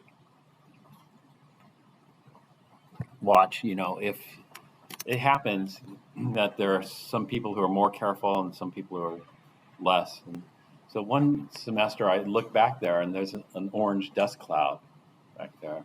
And the students just working there, thinking nothing of it, but exposing the rest of the lab. I mean, if you see an orange dust cloud over there, just leave the lab and get some fresh air. After that, I made everybody do it in the hood because of that. So if we do it in the hood, we should be good, and we just are careful. We could use gloves. After the gloves, you can throw them away or continue to use them. I wash with soap and water my gloves, my gloved hands, so I can continue using them. Wash exposed skin thoroughly after handling. Wash contaminated clothing before reuse. Contaminated work clothing should not be allowed to leave. Yeah. All right. So this is some data. There's some lethal dose data, probably here. Here's the lethal dose data.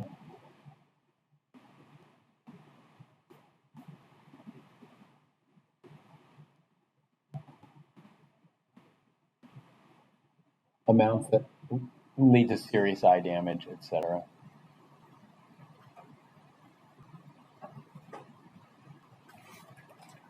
All right, so a safety data sheet, SDS, formerly called MSDS. This is important when working with especially hazardous ones. So when we work with dichromate, we need to be careful. Like I said, dichromate has been used for leather tanning. It's used in concrete, chromium 6. Our neighbor was doing some patio work, and there was a huge cloud of concrete cement. And I was thinking, oh boy, I'm inhaling a bunch of chromium 6 from this huge dust cloud of concrete. And so,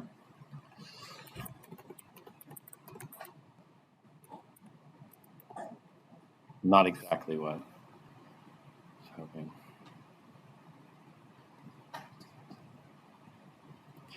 And so, if you wear leather, you know how much chromium is in, let's say, tan leather.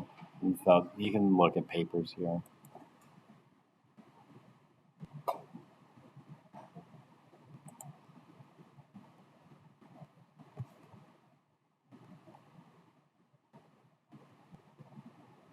Distribution of chromium 3 and chromium 6. Chromium 3 is a lot less hazardous.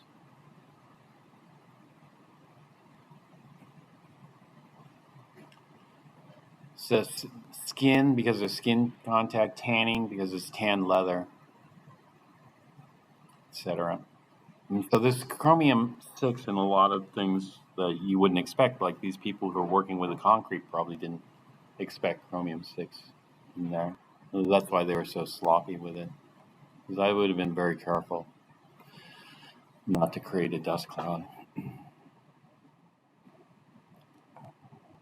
All right, so what we're going to do is we're going to use dichromate, and we're going to use potassium dichromate.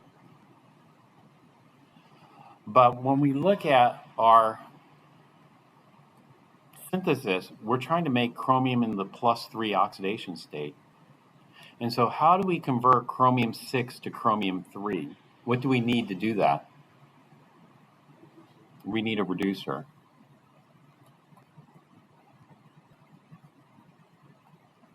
So reaction 1, we need to find a suitable reducer. Well, there are lots of reducers, but we don't want anything too strong. We need a reducing agent that is very weak. The reason we need a weak reducing agent is because dichromate is a powerful oxidizer. And so if we take a powerful oxidizer and mix it with a powerful reducer, we're going to get an explosion. And we don't want an explosion in the lab.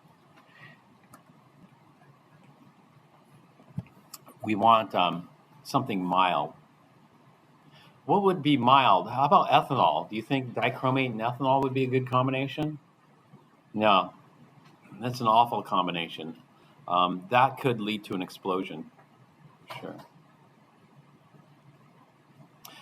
Think of something more mild than ethanol.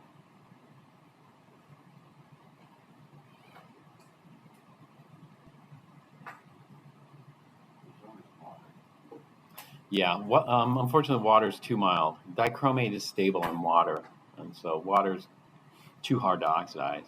And so even something like dichromate doesn't really effectively oxidize water. So it's got to be stronger than water, weaker than ethanol. Vinegar would work. Vinegar, because vinegar is hard to oxidize, right? I mean, if you try to burn vinegar, it's probably pretty hard. And so vinegar might be a good option.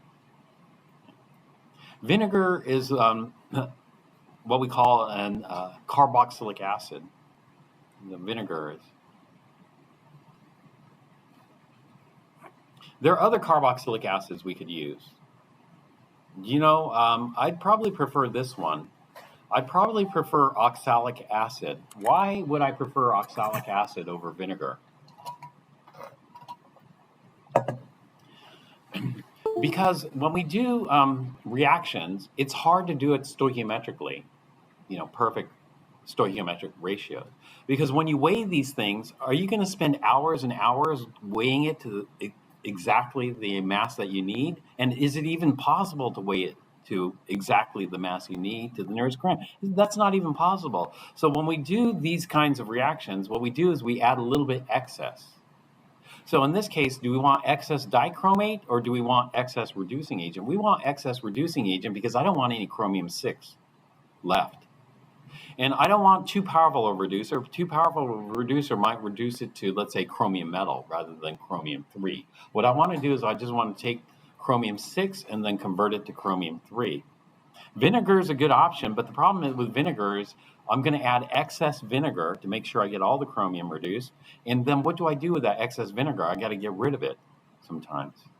Whereas if I use oxalic acid, I don't really have to worry too much.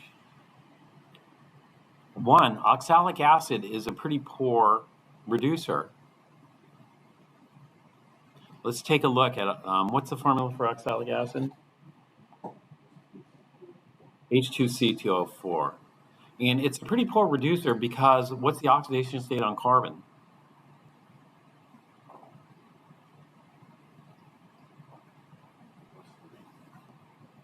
Okay, yeah, +3.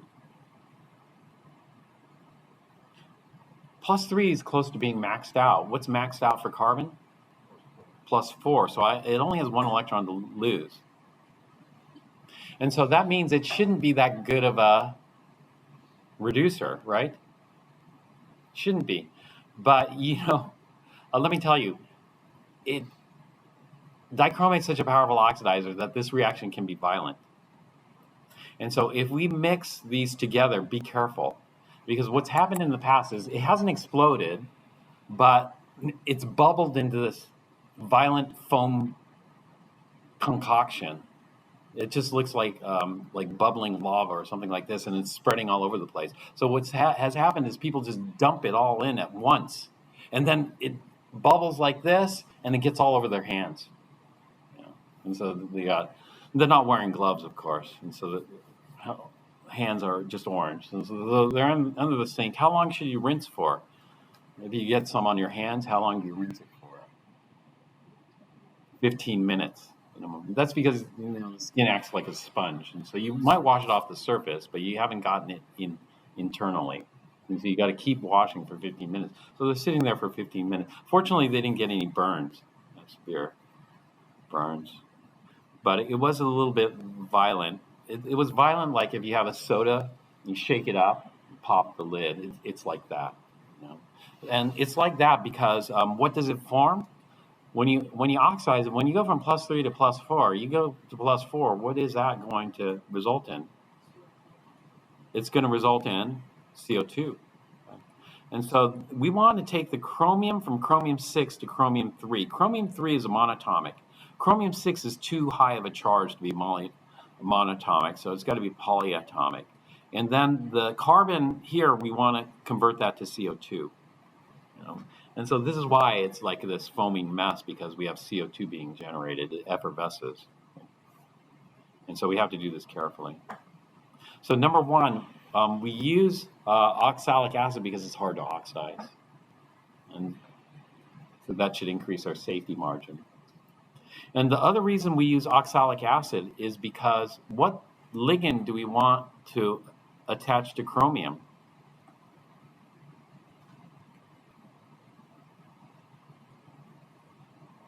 Oxalate.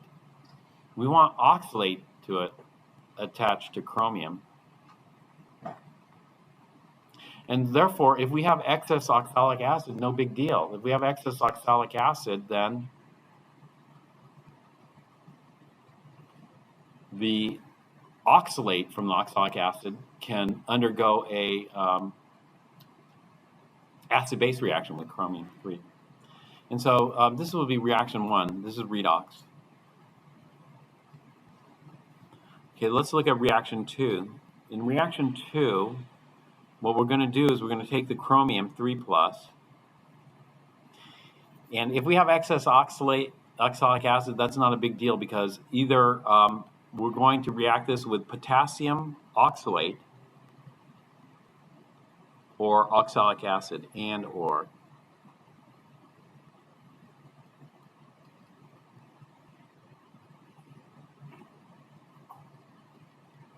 And so up here, we're going to use excess here, one or the other.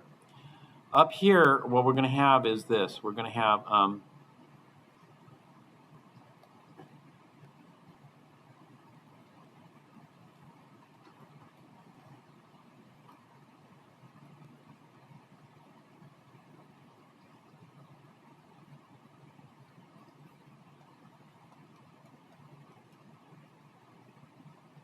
depends on how much excess, we add here.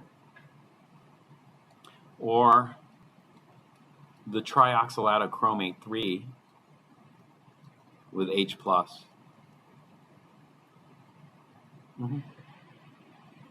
I have a question. So, like an oxidizer, is that the same? That's not the same thing as oxidizing, right? No, it is the same thing. An oxidizer and oxidizing agent, same thing. So, oxalic acid works as a reducing agent here. Would potassium oxalate do the same thing?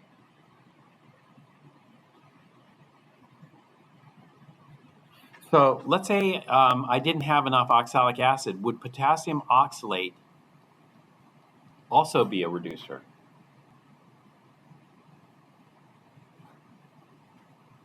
Yes or no? Yes. In fact, whether it's oxalic acid or potassium oxalate, it should do the exact same thing, because they're both +3. In this is a metathesis reaction. Wait.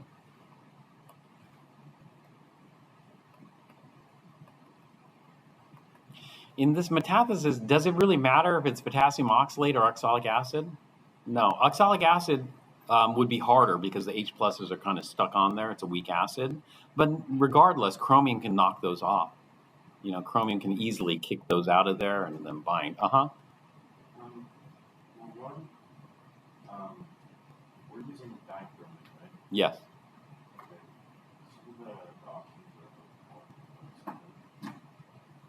I'm sorry? The oxidants are 4, not 7. Oh, no, with chromate it's 4. With dichromate it's 7. Okay. Cr2O7. But the other thing is, if we use potassium oxalate. Oh, it's probably my writing here. This is C2. Not a CR.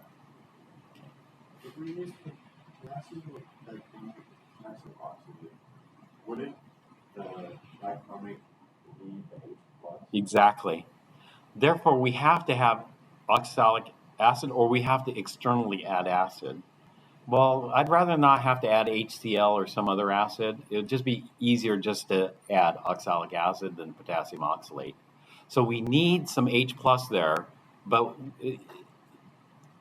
we don't, we don't have to have it all. So, for example, we could have a lot of oxalic acid and some potassium oxalate. That's probably enough to get this to go.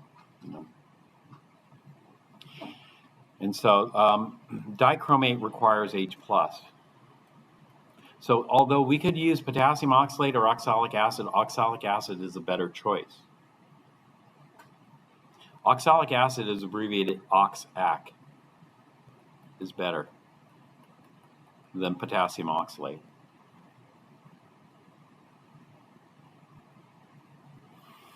In reaction 2, potassium oxalate's better because the oxalate's already free. In oxalic acid, we have to knock the hydrogens off. But it's not a big deal because chromine can easily do that. And so here, it doesn't really matter. Oxalic acid or potassium oxalate doesn't really matter. We're going to add potassium oxalate.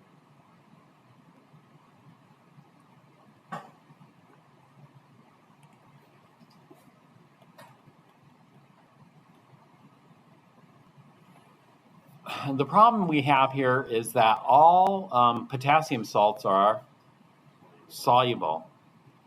And what we need to do is we need to form solid potassium trioxylatochromate 3. So how are we going to precipitate this out? One way we could precipitate this out is to evaporate all the water.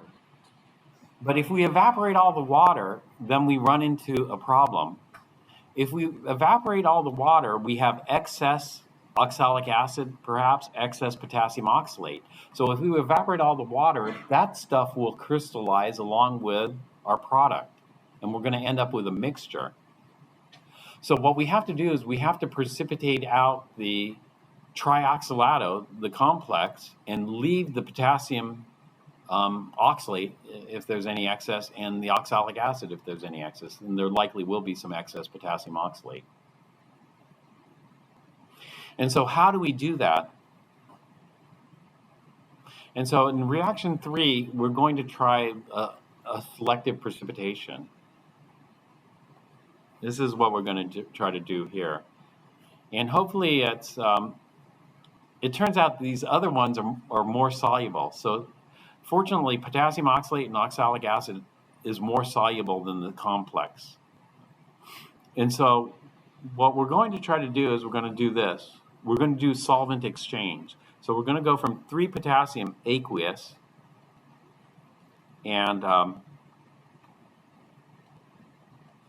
the trioxylato chromate 3.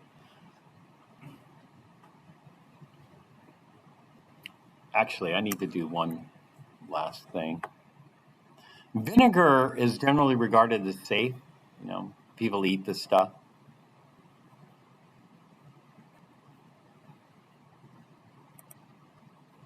Sure, my recording's still going. What about oxalic acid? And so if I want to read more about oxalic acid, then I'm going to throw in the SDS for oxalic acid. See what I'm dealing with. This is MSDS, so this is the old wording. MSDS, SDS is the same thing. Why change it? I have no idea. They should have just left it. So the same thing here. We have to get some kind of perspective. So this is for oxalic acid. What about for acetic acid? And so I'm going to go SDS, acetic acid. So I have something to reference it to. Usually we try to get the same format. Each manufacturer has a different format.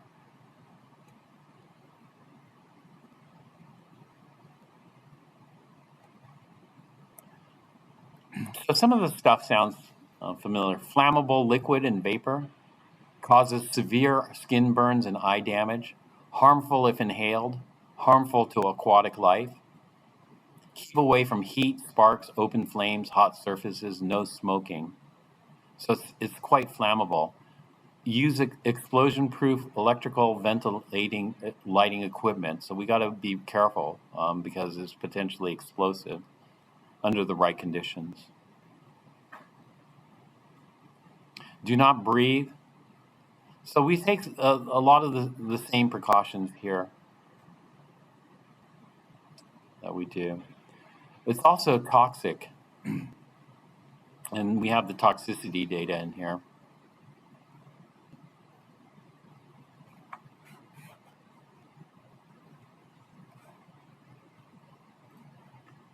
Potassium oxalate would be similar. So we'll just take precautions with those. We'll probably leave the oxalic acid and the potassium oxalate outside the hood and put the dichromate inside the hood. All right, this is quite soluble in water. And so what we're going to do is we're going to add ethanol to this. Ethanol is abbreviated ETOH, ethyl alcohol or ethanol. And one of the physical properties of ethanol is miscible in water. So what that means is we can dissolve it in all amounts. So what we're going to do is we're going to dump in so much ethanol in here that we're no longer going to be an aqueous solution, we're going to be in an ethanol solution. And so what happens in ethanol is the greater the concentration of ethanol,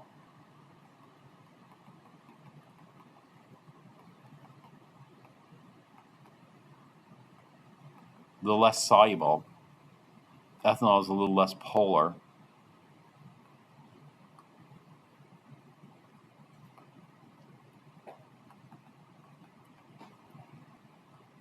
So we're going to increase the ethanol.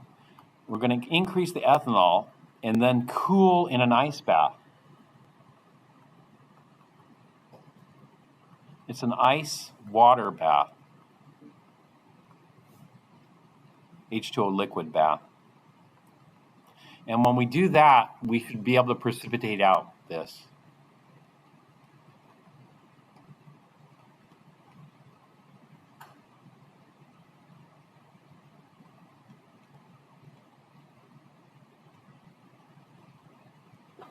And then filter it and clean it, the precipitate.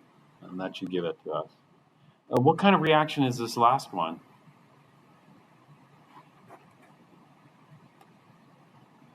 I made a mistake here. This last one is metathesis. This second one is not metathesis. It kind of looks like metathesis, but the second one in reality is what? It's a Lewis acid base. This is ligand and central metal. And so we have oxalate. Oxalate is a really good ligand. In fact, we call it a blank agent.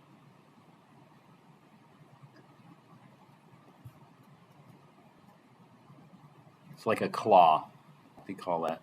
Oxalate bites on like a crab claw. We call it a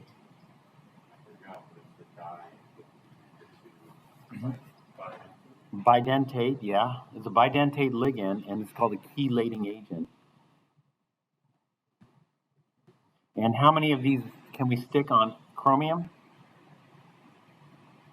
3 to make an octahedral complex. 3 oxalates. That's what we're making over here. Actually, when we draw them, can we draw them like that and just write it like box? Or do we have to, You could do that, yeah. that's true. But we have to do that on the side of the problem. Not on this one. All right, so this is the chemistry of what's happening for our lab here.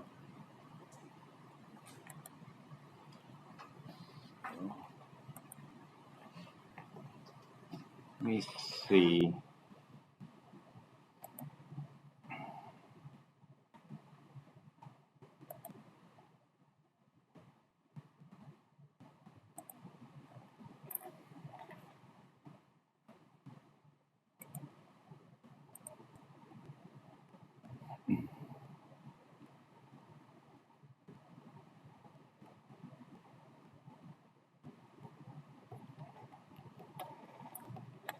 So we're going to start off with 3.6 grams of potassium dichromate. 3.6 grams of potassium dichromate. And when we weigh this, our balances weigh to the nearest hundredth of a gram. So anything in that range is fine. So let's take a look at the stoichiometry here.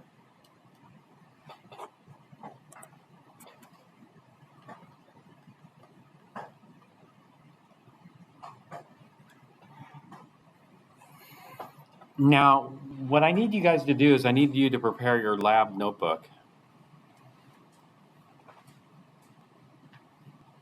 And so in the lab notebook, you're going to have these reactions here. I mean, this is the general part. So you'll have a title, and then the reactions, and then we'll have some stoichiometry here. The stoichiometry is we're starting off with potassium dichromate, 3.6 grams. How many grams of oxalic acid do we need? And so we're going to calculate that. But in this particular lab, they're going to tell us how much. And then we'll calculate the stoichiometry later. So right now, we just want to do this. We're going to write out the procedure, stoichiometry later.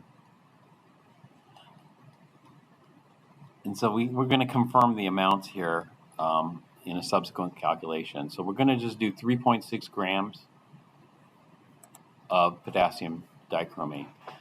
All right, so this is slowly add 3.6 grams of potassium dichromate to a suspension of 10 grams of oxalic acid in 20 milliliters of water in a 250 milliliter beaker. And so what I want to do is I don't want to write that all out. And so what I'm going to do is I'm going to draw this like this. And then over here, I'm going to have my procedure. Over here, I'm going to have my observations. So in your lab notebook, which should be the quad-ruled sewn binding I showed you earlier, save the first page for the table of contents. The second page or the third page, you could save maybe the first 2 pages for a table of contents. I usually write just on one side of the page, not on both sides. You should have plenty of paper for this. On the left side, I'll write this. And so this is solid.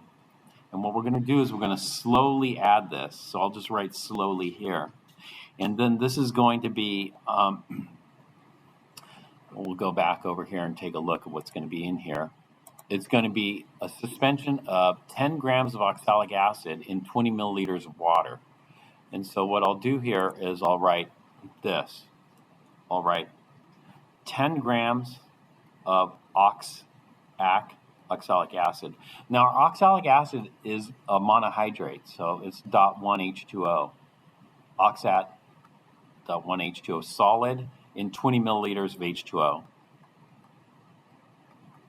Now, oxalic acid should be soluble, but it's not. You don't have to worry about getting it all to dissolve, because when you have a suspension, there's going to be some undissolved solid.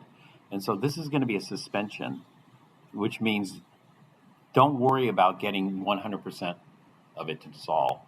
Now, what's going to happen is the potassium dichromate is going to react with oxalic acid. So as this is reacting, pretty soon all that oxalic acid will dissolve. And so you can just leave this as a suspension, but make sure all the oxalic acid dissolves at the end. Now over here, you're going to write the observations. Now the observations I usually do in a different color. So let's say instead of 3.6, I got 3.59 grams. Is that close enough? Let's say instead of 3.6, I got 3.65. Did I screw up? No, I mean 3.65, no big deal. 3.65, it's fine. Maybe just add a hair more oxalic acid. Let's say instead of 3.6, I got 4.1. That's more of a screw up there. So what you can do is you can adjust the amount of oxalic acid. We're going to need more, or you can try to remove some. But anywhere around 3.6. In your observations, you can do a different color and just write it. Well, I didn't get 3.6, I got 3.65, or I got 3.83. 3.83, no big deal, just get whatever. And so the observation would be that, I'm just going to write it below here. Instead of 10 grams of oxalic, I might have gotten, oh, don't crash now.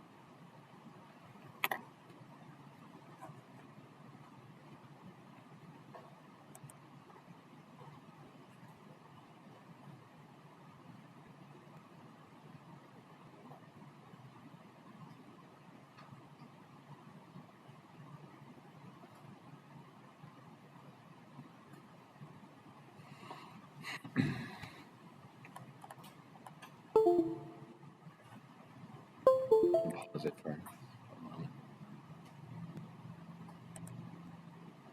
Get it close to those amounts and you'll be okay. Let's see, we're covered. I don't know where it is.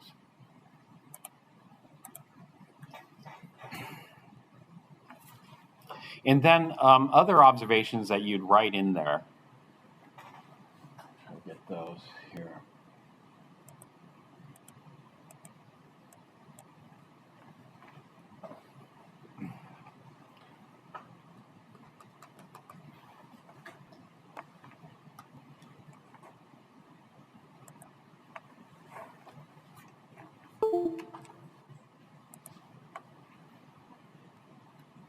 Okay.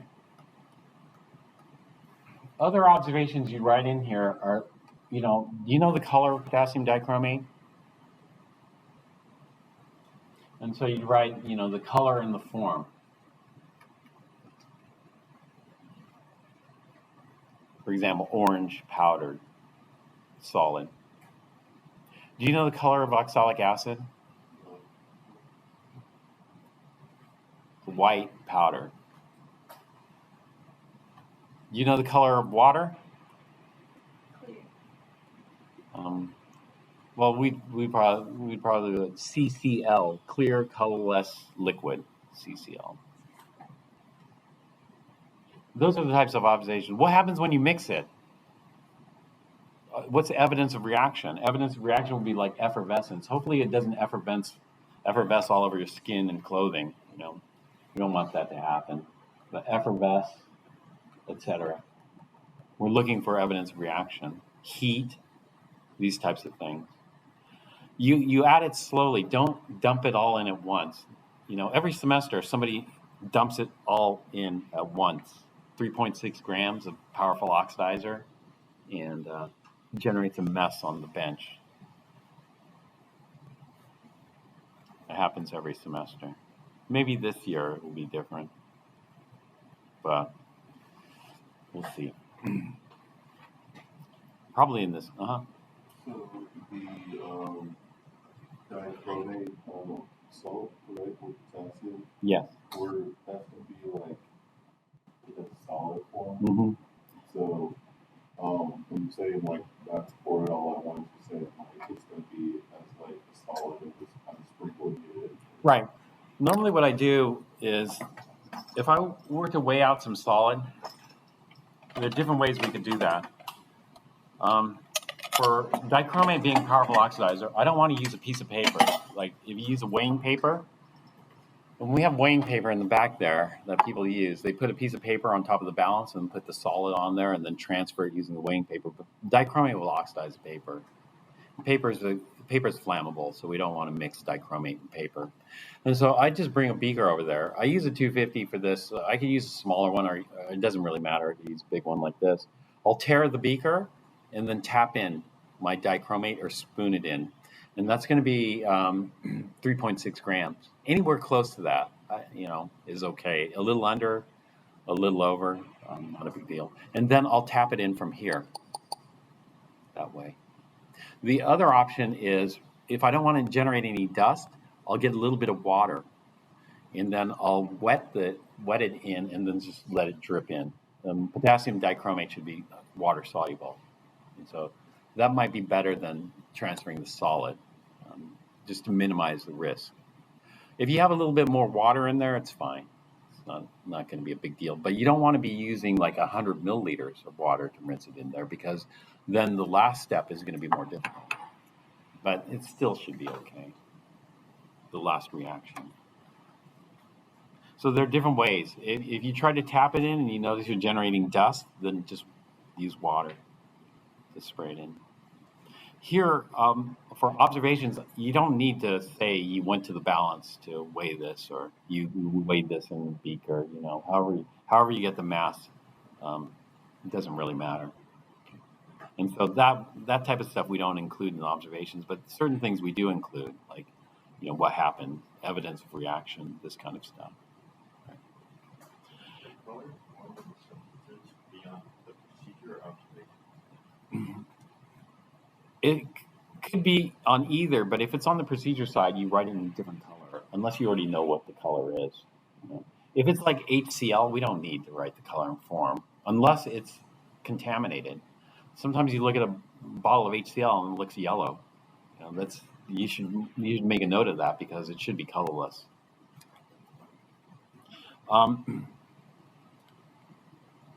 They're different things. I mean, if you don't want to use two different colors of pen, then you could write it on the right side. But if you write it on the right side, then you might have an arrow going back, or you have to write out, K2CR 207. But writing this out takes time, and so what we want to do is we want to minimize the amount of time, but get the maximum amount of observations from it. All right, so that's the reaction one we had talked about. Next, the orange-colored mixture should spontaneously warm up almost to boiling as a vigorous reaction and evolution of gas commences. So watch out. And so we might throw a warning in here,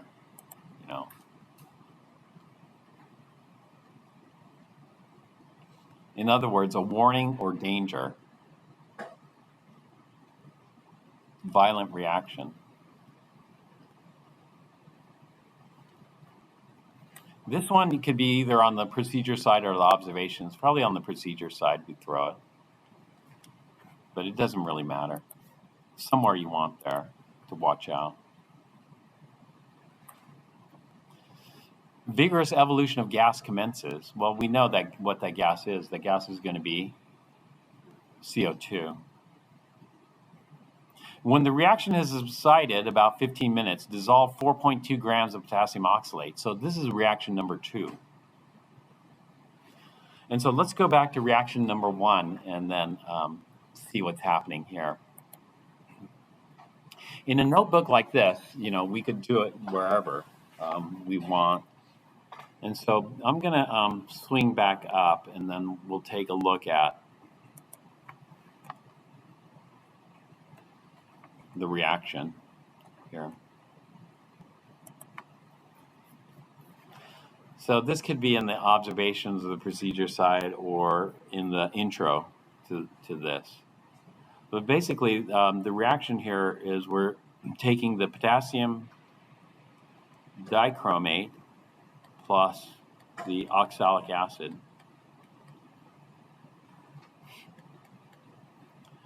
All right, this is going to be a redox reaction. So we have potassium present, we have dichromate present, we have oxalic acid. Now, oxalic acid is a weak acid, and we have water.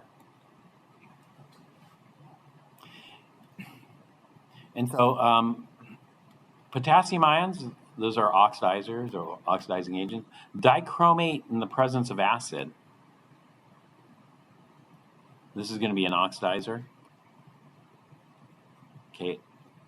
We have H plus alone. The H plus is stuck here on oxalic acid, so this is why I'm going to write it like this. H plus alone is an oxidizer, but dichromate in acid is better oxidizer than H plus alone. Acetate here, C2O4 2-. This is a reducer. It has one electron it could give up. Water is both an oxidizer and a reducer. And so we need to pick the strongest oxidizer. The strongest oxidizer is going to be the combo of dichromate and acid. It would be nicer if it was just H plus, but whatever. We have H plus stuck on there. It's going to be it. And the strongest reducer is, I suspect it's going to be easier to burn oxalate than it is to burn water. Water is not a very good reducer. So this would be the reaction here. Now, dichromate and acid, we can copy that off the chart. If we copy that off the chart, what is the reaction?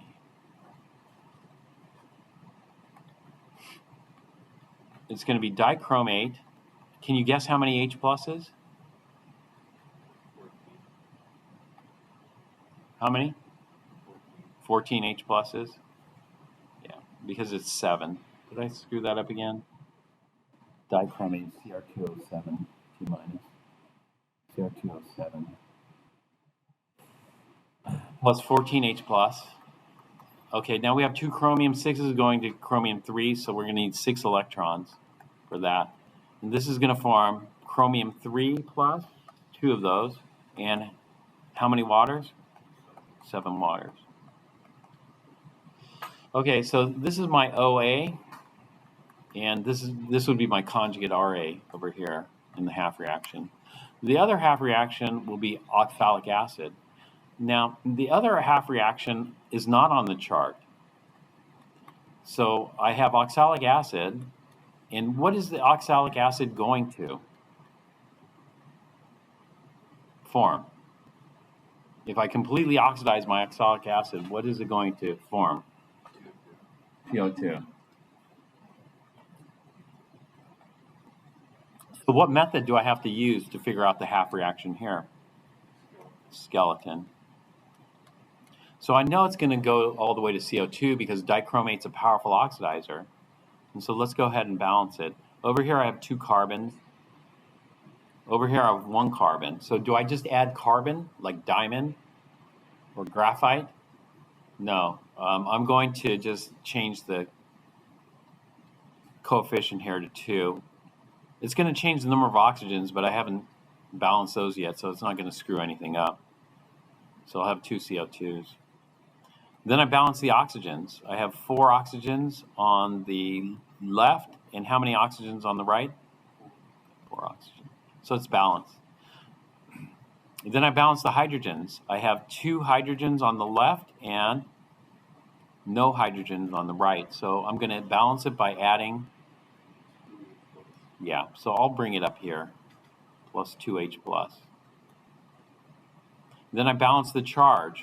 I have 0 on the left and plus 2 on the right, and therefore I need to add how many electrons? Plus 2 electrons. And so I need to make sure the electrons cancel. So I have 6 electrons here and 2 electrons here. And so what I'm going to do is I'm going to multiply the second half reaction by 3.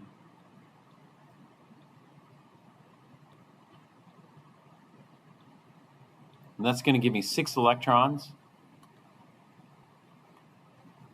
on the left, balancing with 6 electrons on the right. And so the electrons cancel. And that's the key step here when we combine the 2 half reactions. And so I'll add up everything on the left. I'm going to have dichromate plus 14H plus 3 oxalic acids.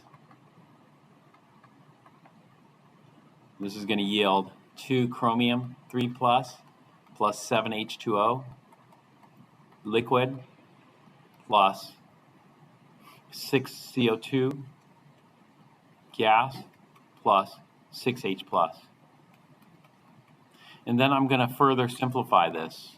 I have 6 H pluses here. I'm going to cancel 6 of the 14. That's going to leave me with 8 H pluses there. And so rewriting this, we'll have dichromate plus 8H plus 3 oxalic acids yields 2 chromium 3 plus 7 H2O liquid plus 6 CO2.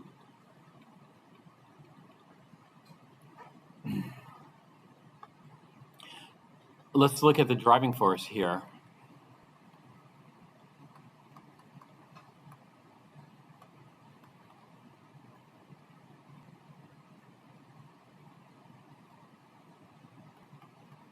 CO2 is our OA here. In a second. On this half reaction, our RA is this, and our OA will be CO2 and H+. We don't have the H+ here anymore, but that'll be our OA. Which is a stronger oxidizer, dichromate and acid or CO2? Dichromate. So this is strong, strong to weak, weak. So we have driving force here.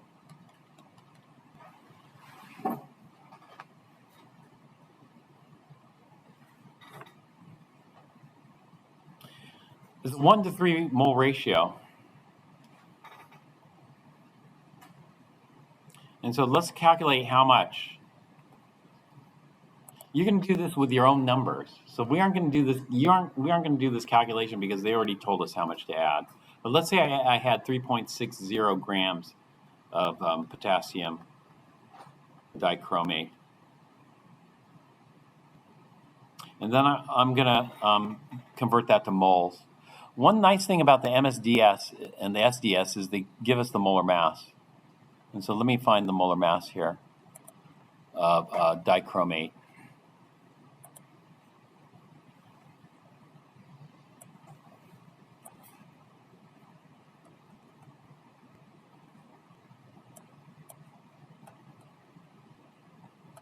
They usually give it to us right at the top.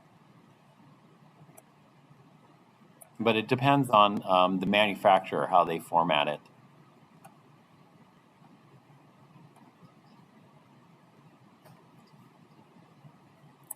Here it is, 294.19. Just use that.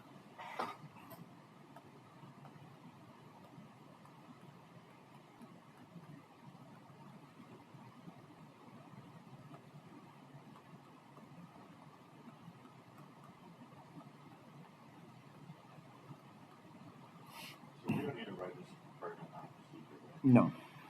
Eventually you're going to do this. I'm just doing it now. You don't have to write this in your procedure exactly. Now the mole ratio is 3 moles of oxalic acid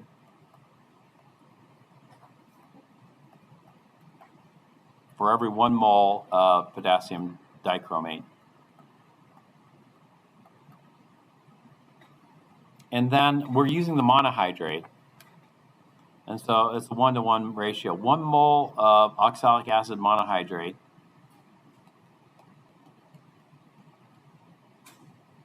for every 1 mole of oxalic acid.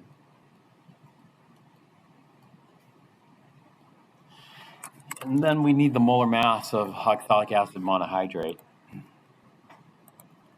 Let's see if I have that here. This was acetic acid.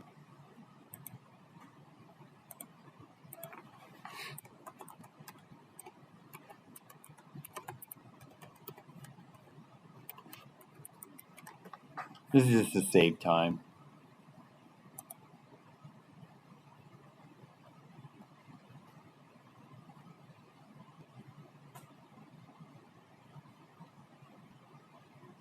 (108.05) for the monohydrate. So 108 point, what did I just say? 05.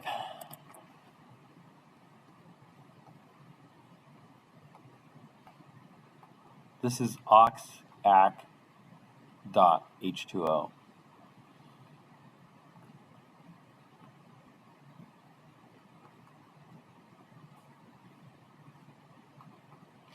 So how much oxalic acid do I need?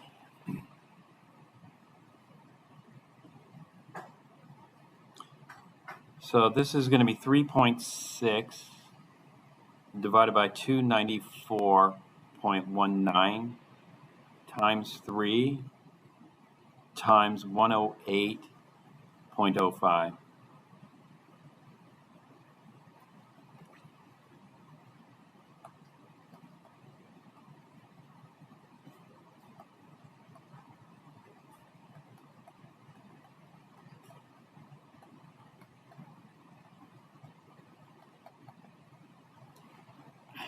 I need about 4 grams. How many grams am I adding? 10 grams. So we're adding kind of a large excess, but that's okay because we can use oxalate for the ligand as well. So a large excess of oxalic acid. If I did the calculation correct, someone can check my calculation here. But if I did this calculation correctly, yeah, well, we definitely want an excess of oxalic acid because we don't want any chromium-6 left over. We need to convert all that chromium to chromium-3. All right, then the next step here, let's take a look. Allow the beaker to cool, and allow the beaker and its contents to cool to room temperature at about 10 milliliters. Oh, that's too far here. The orange-colored mixture should spontaneously warm up almost to boiling as a vigorous evolution of gas commences. When the reaction has subsided, about 15 minutes, dissolve 4.2 grams of potassium oxalate monohydrate in the hot green-black liquid and heat to boiling for 10 minutes. So on my procedure, all I'm going to do is this.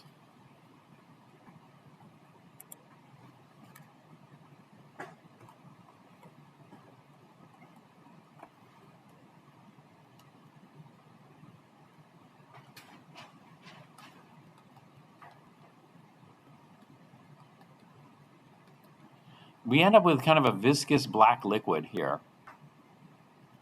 And to this, we're going to add the potassium oxalate, solid. And how many grams was that? Let's take a look at that again.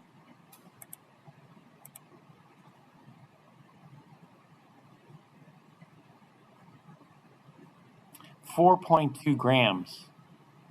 And then heat to boiling for 10 minutes. So 4.2 grams is what the procedure calls for, and your observations might be different.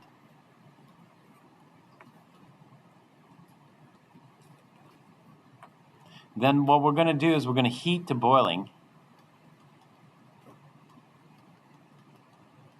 for 10 minutes. So what we want is we want the chromium-3 to form, and then we want the oxalate to chelate all the chromium-3s. And then we should have it there.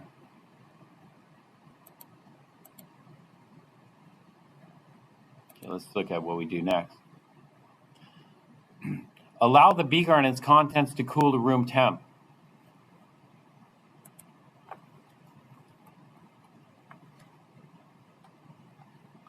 So I'll just say cool to RT, room temperature. Next step.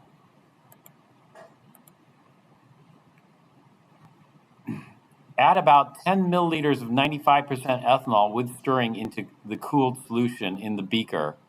Further cool the beaker and its contents in ice. The cooled liquid should thicken with crystals. After cooling in ice for 15 to 20 minutes, the crystals should be collected by filtration. We're going to stop here. So we're going to cool to room temperature, and then we're going to add ETOH. What was the concentration of the ethanol? 95% ethanol. That's 95% ethanol, 5% water.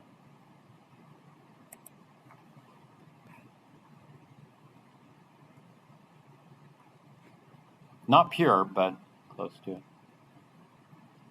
Now, they say 10 milliliters, but we're going to add more probably.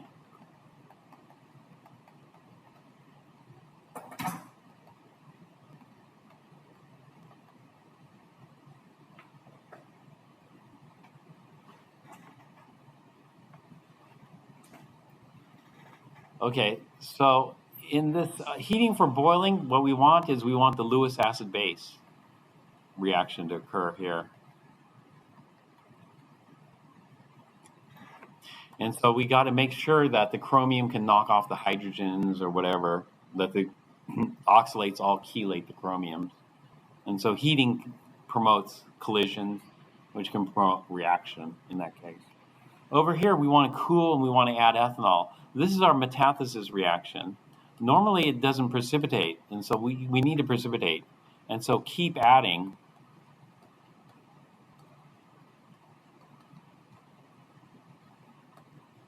ETOH to maximize precipitation. So we can add more if necessary. So 10 milliliters is kind of the minimum amount here. Minimum. But keep adding more ethanol to maximize the metathesis precipitation.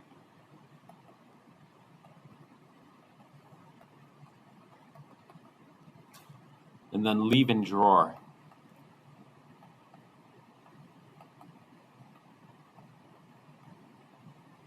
For next week. So what we want to do in lab is we want to come up with some kind of flow chart or pictures or whatever so that we don't have to read. Some instructors will make you write the procedure verbatim. I don't think that's very effective because we need to speed things up. In order to speed things up, you don't want to be reading any sentences. You just want to look and see what to do. And as far as observations, we're not going to be writing our observations in complete sentences either. We just want simple observations that cover everything. And so day one of this lab is, I lost what I wrote up here earlier, but day one, make the suspension, 10 grams of oxalic acid and 20 milliliters of water. Stir it, don't worry about it completely dissolving, and then add slowly the 3.6 grams of potassium dichromate. Get that to react. You might want to rinse the remaining dichromate in there. You can write this in your observations. Then let that react completely. Once that's subsided, then add the potassium oxalate, then heat that up, get it to chelate, and then cool that down, and then do the solvent exchange. That is, we're going to convert the solvent from water to ethanol to get it to precipitate. Okay, is that clear for that? Yeah, I'll post this. There are actually 4 syntheses in this one, so we're just doing number 1. So what we just. Yeah, well, we did. That's all you need to have for the lab for Wednesday. Do we have to write all the reactions we went over? Later on. Later on. Yeah. Later on, I just gave you kind of the basic reactions, and later on we're going to write out all the balanced chemical equations and do the stoichiometry. What we want to do is we want to figure out what our theoretical yield is. So for Wednesday, we just come in with the procedures. That's all you need is a procedure. You don't need to know the chemistry to do it. You just need the procedure. Figure it out. Are we checking in today? Yeah, we're going to check in today. That's right. So go ahead and look through your drawers. I forgot about the check-in. So we'll do that right now. If you have any questions about what the equipment is, let me know.